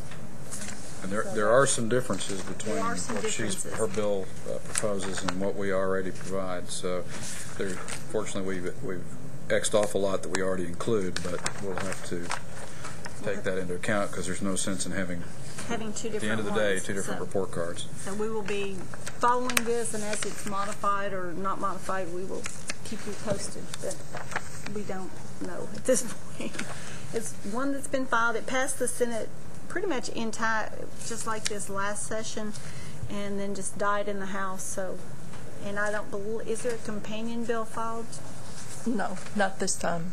So we don't know where we're going to go with this.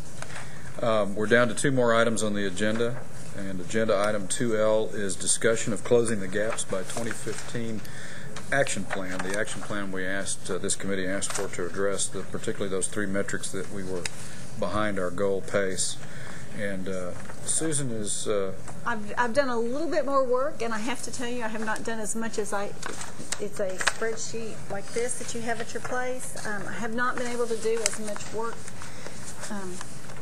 as I would like to have done. But I've been spending more time downtown than I would like to have done, too. So there's mutually exclusive in that.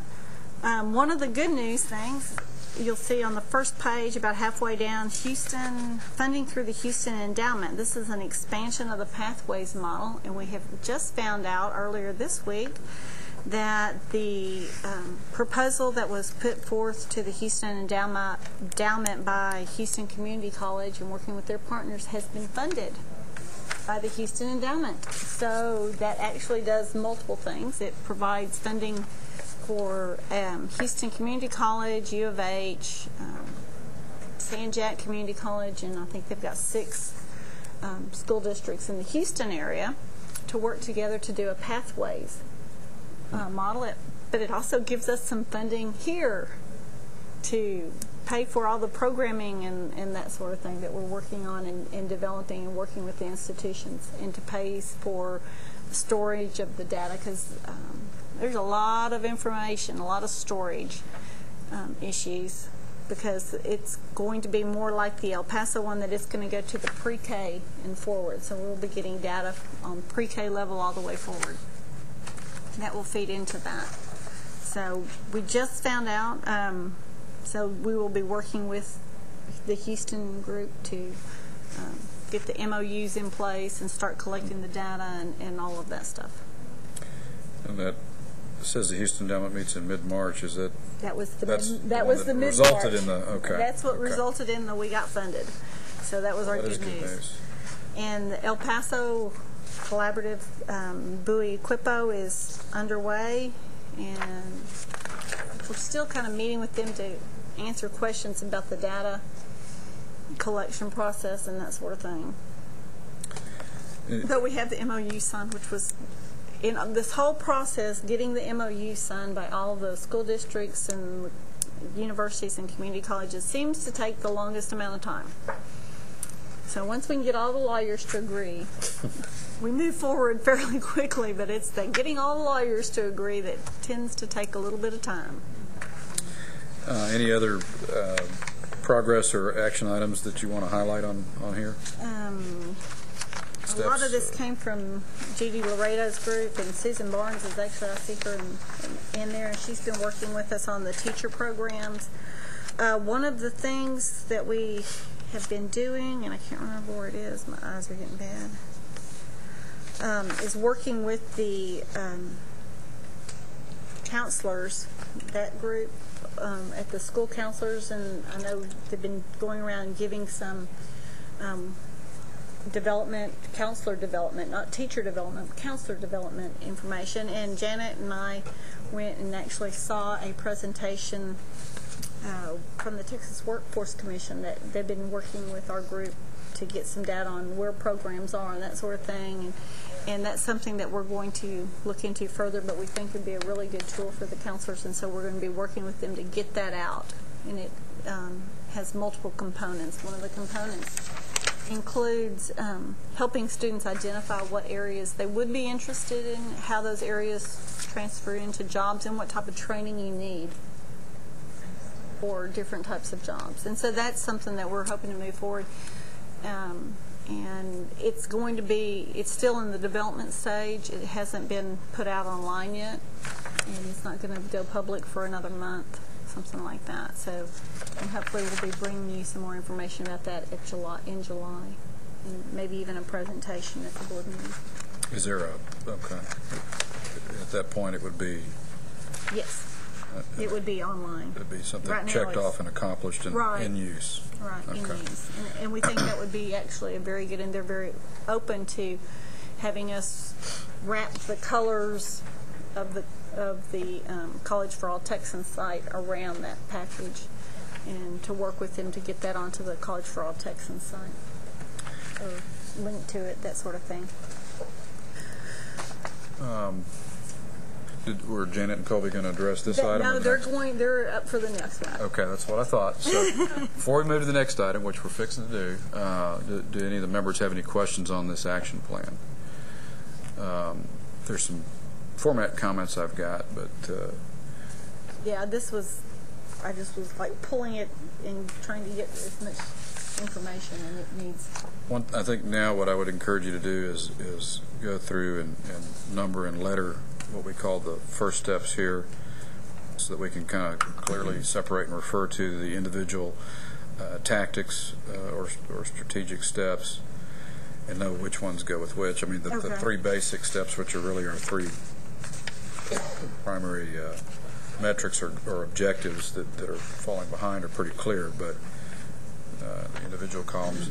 And then in terms of date initiated and target date to complete, I would encourage staff to go through and finish those off, because it's not intended to be a report as to when something got initiated. It's intended to be an action plan for when you hope to or plan to kick off a program, and when you plan to complete it or have it functional.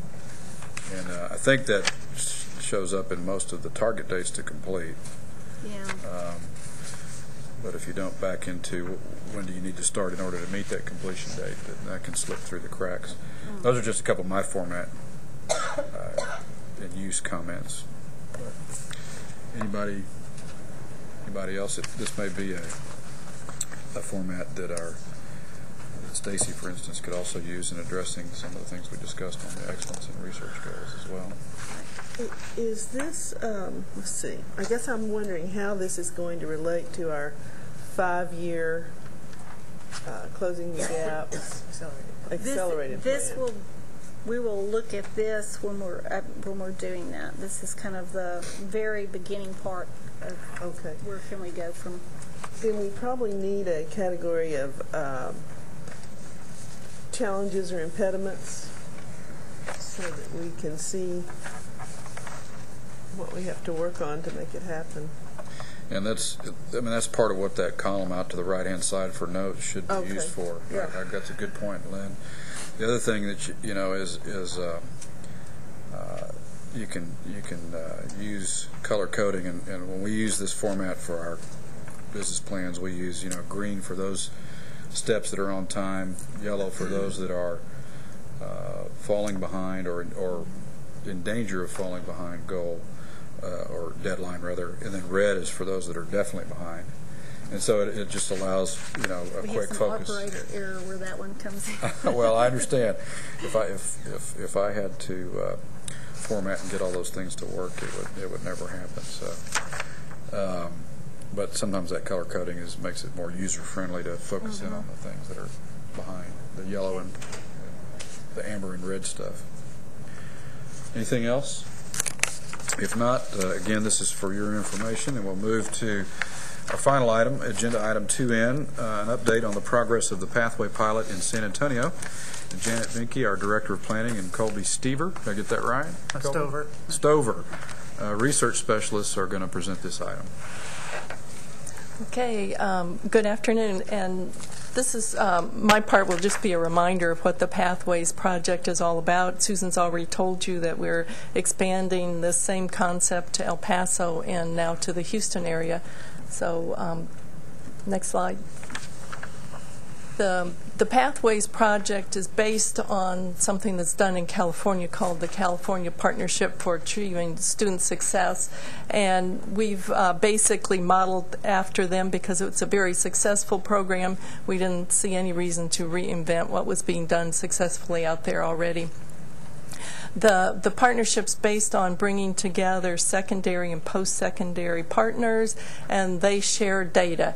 And as Susan mentioned, there's an MOU that's done from each of these institutions to share the data. The one issue that we still have in the San Antonio area is that though the MOUs have been signed to share the data with us, the institutions, particularly the ISDs, don't want to share the data with each other, and so they're having a little harder time figuring out exactly how the institutions compare because they don't want to share that data. So that's one issue that we're still working with our regional coordinator there to try to overcome that issue and get the MOUs altered. Janet, excuse me. Yes. Why didn't they just agree to that before they got in the program? Well, it's why should kind they of long. get in it if they don't want to do it? That's ridiculous.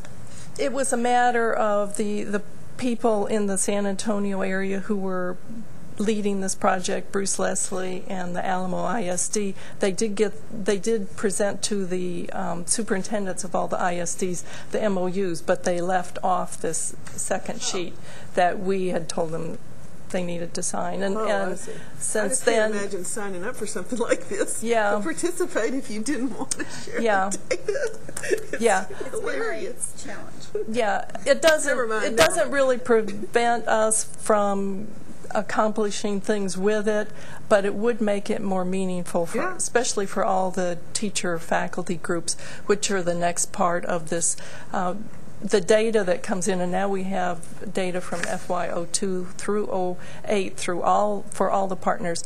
That data we run some basic reports on, and then the groups come together and ask for additional information, and those partners are using that data right now.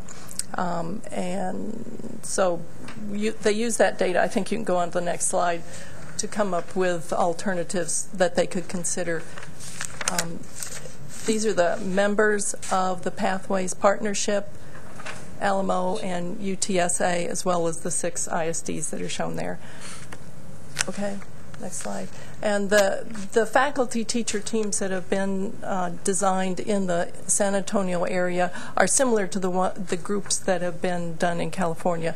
They have math, English, U.S. history, and biology and chemistry.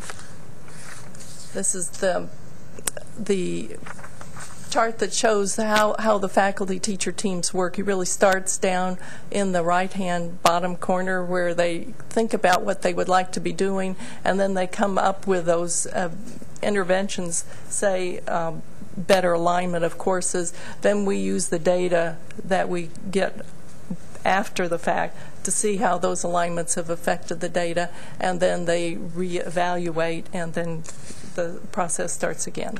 Part of this whole thing, I'm going to jump in here, is part of this whole thing is basically to take the college readiness standards and get them into the high schools and working with the college faculty. Mm-hmm. And so that's the whole, as they're making these changes and looking at the data, they're looking at how their students do and how those college readiness standards could go in and informs curricular change in the long run is the way this whole program works. And now Colby's actually going to talk to you about the reports that he's been running for the teams. There's some pretty interesting information, and the teams themselves are very excited about what he's been able to provide. Originally, we started off with reports that were time-tested by CalPAS. And so we started off with a simple student course to student course match. And what that entails is first that we find the student's highest level of a course in a subject matter, let's say mathematics. And then we link that data to the higher education data and find the first course they took in higher education. One of the big points with the faculty reports and the team reports is that we want to instill some kind of data ownership.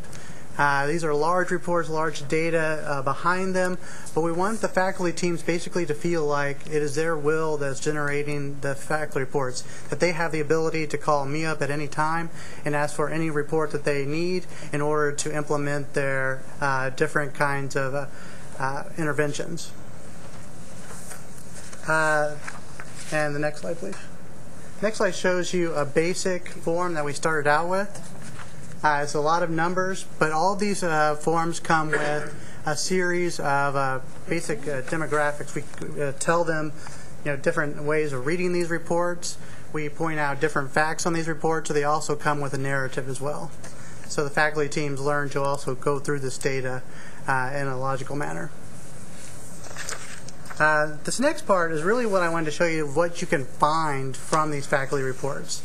And one of the first things you can read from just these basic faculty reports is what's called the Algebra 2 problem.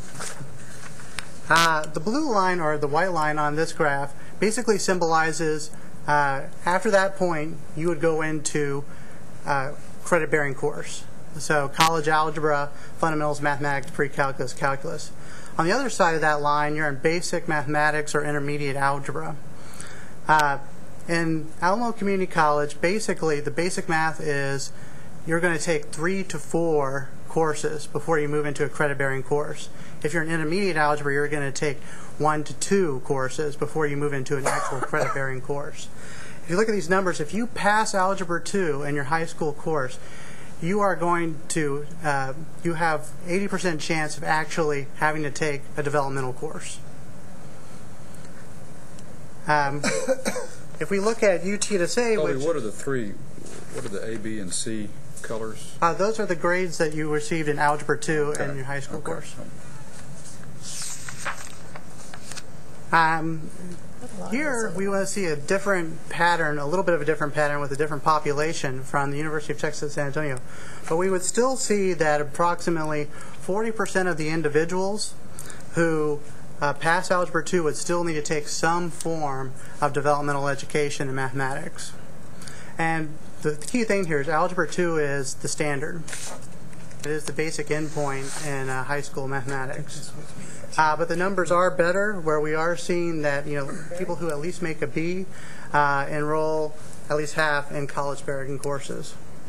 So we call it the Algebra 2 problem because this is data that the faculty teams have received. They can glean this information from the reports, and actually, they are actually starting some interventions or talking about interventions to fix this very problem. The next study is something we did in-house that we're going to report to the teams as well. It's a little bit more of a scientific study where we started with a fall 2006 cohort. We followed students back all the way 4 years of high school and then followed them 2 years into higher education. The first thing we found out is we used just basic tax exit level mathematics and found that males and economically disadvantaged individuals had a lower test score on the tax. Also, we found that students who took pre-calculus or calculus were predicted to have higher levels on the tax test and were at college readiness levels, while Algebra 2 students were not.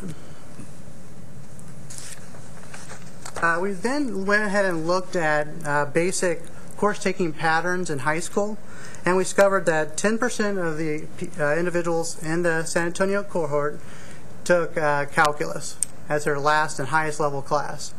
21.1% took pre-calculus, and 58.2% took Algebra 2. This represents the 90 most common high school taking patterns that are in high school. Is this under the recommended high school program today? Some of these individuals... 4? Yeah. 4x4 does not go into effect yet, has not gone into effect.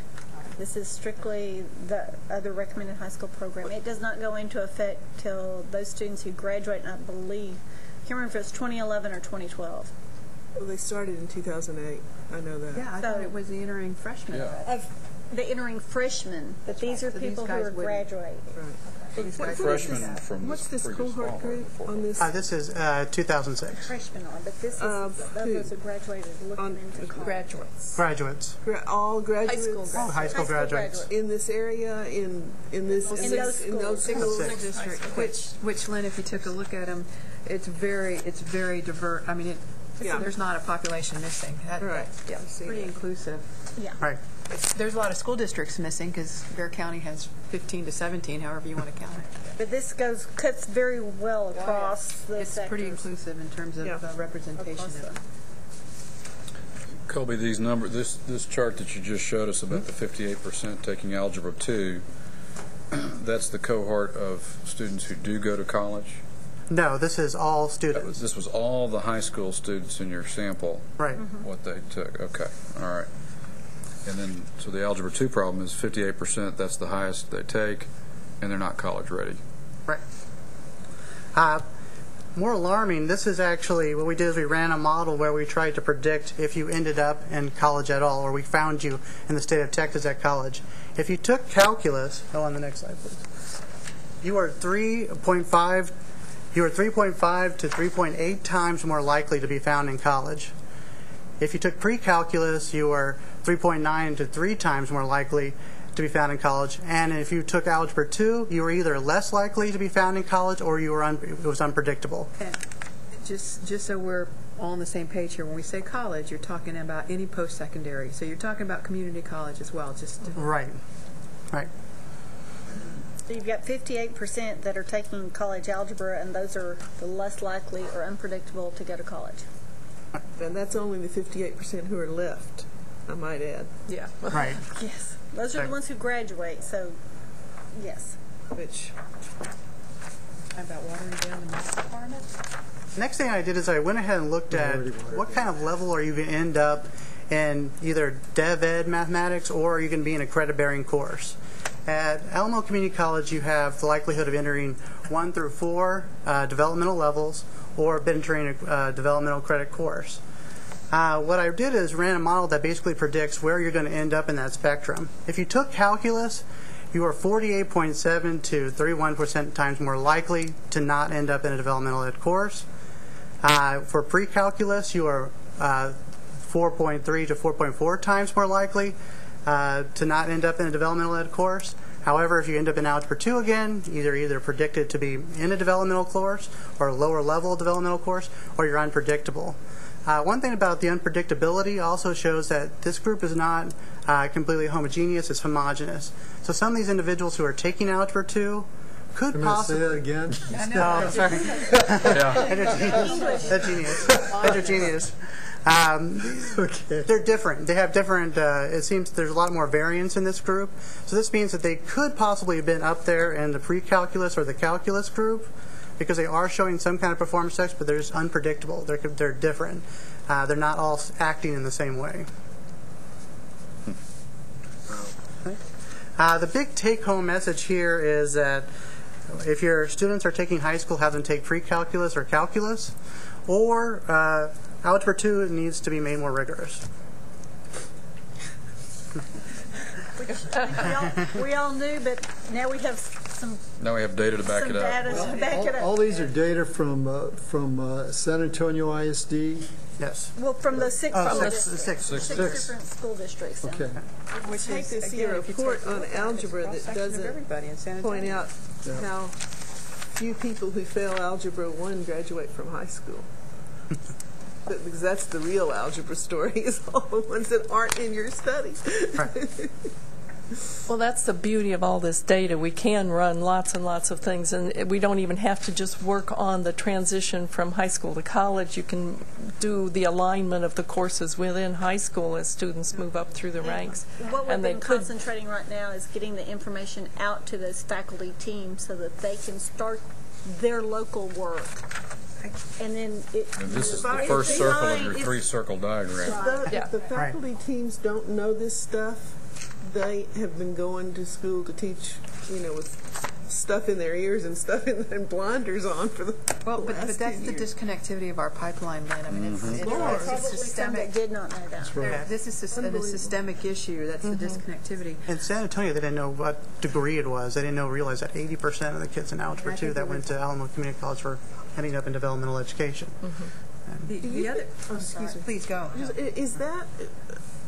I'm wondering, because of the difficulty of getting people through algebra, if a lot of those students, if they took Algebra 2 so late that there was no time to intervene with them and improve their skills. Yeah, we've heard a couple of different things. The main message, I think, is that Algebra 2 really isn't Algebra 2, that the ISDs are so concerned about their students passing the tax that they spend a good portion of their time in Algebra 2 doing Algebra 1 again and then doing plane geometry again, and they just barely touch on what they really need to be studying in Algebra 2. So that means they're not really even getting Algebra 2 in what's called Algebra 2. Well, this confirms that study which I distributed to members of the board, Orange Juice or Orange Drink, right, which was done with coordinating board data, and it said that you have two critical issues that have to be addressed. You have grade inflation,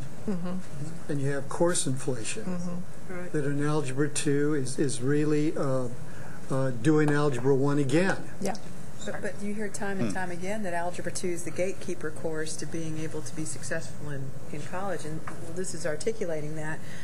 But it's even furthering the point that if it's not all Algebra 2, to what you're saying, that we're spending a lot of money on developmental ed.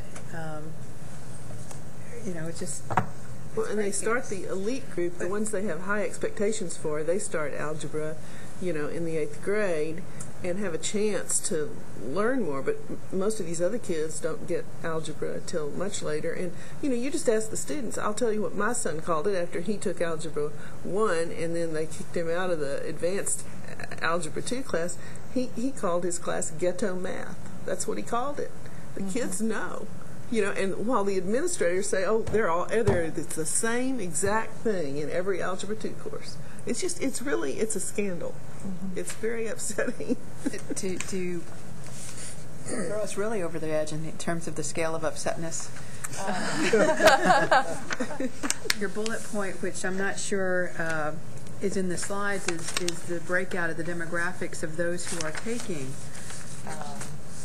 the upper level courses, which I think is another data set to point to when we're talking about HB3 and SB3. We're losing our Hispanic and African American students. If you take that and map it against the data as to who's really getting developmental ed, I think it's very clear who's getting developmental ed. Yep. And so that's another challenge. Are there any, Commissioner, do you know, does anybody know,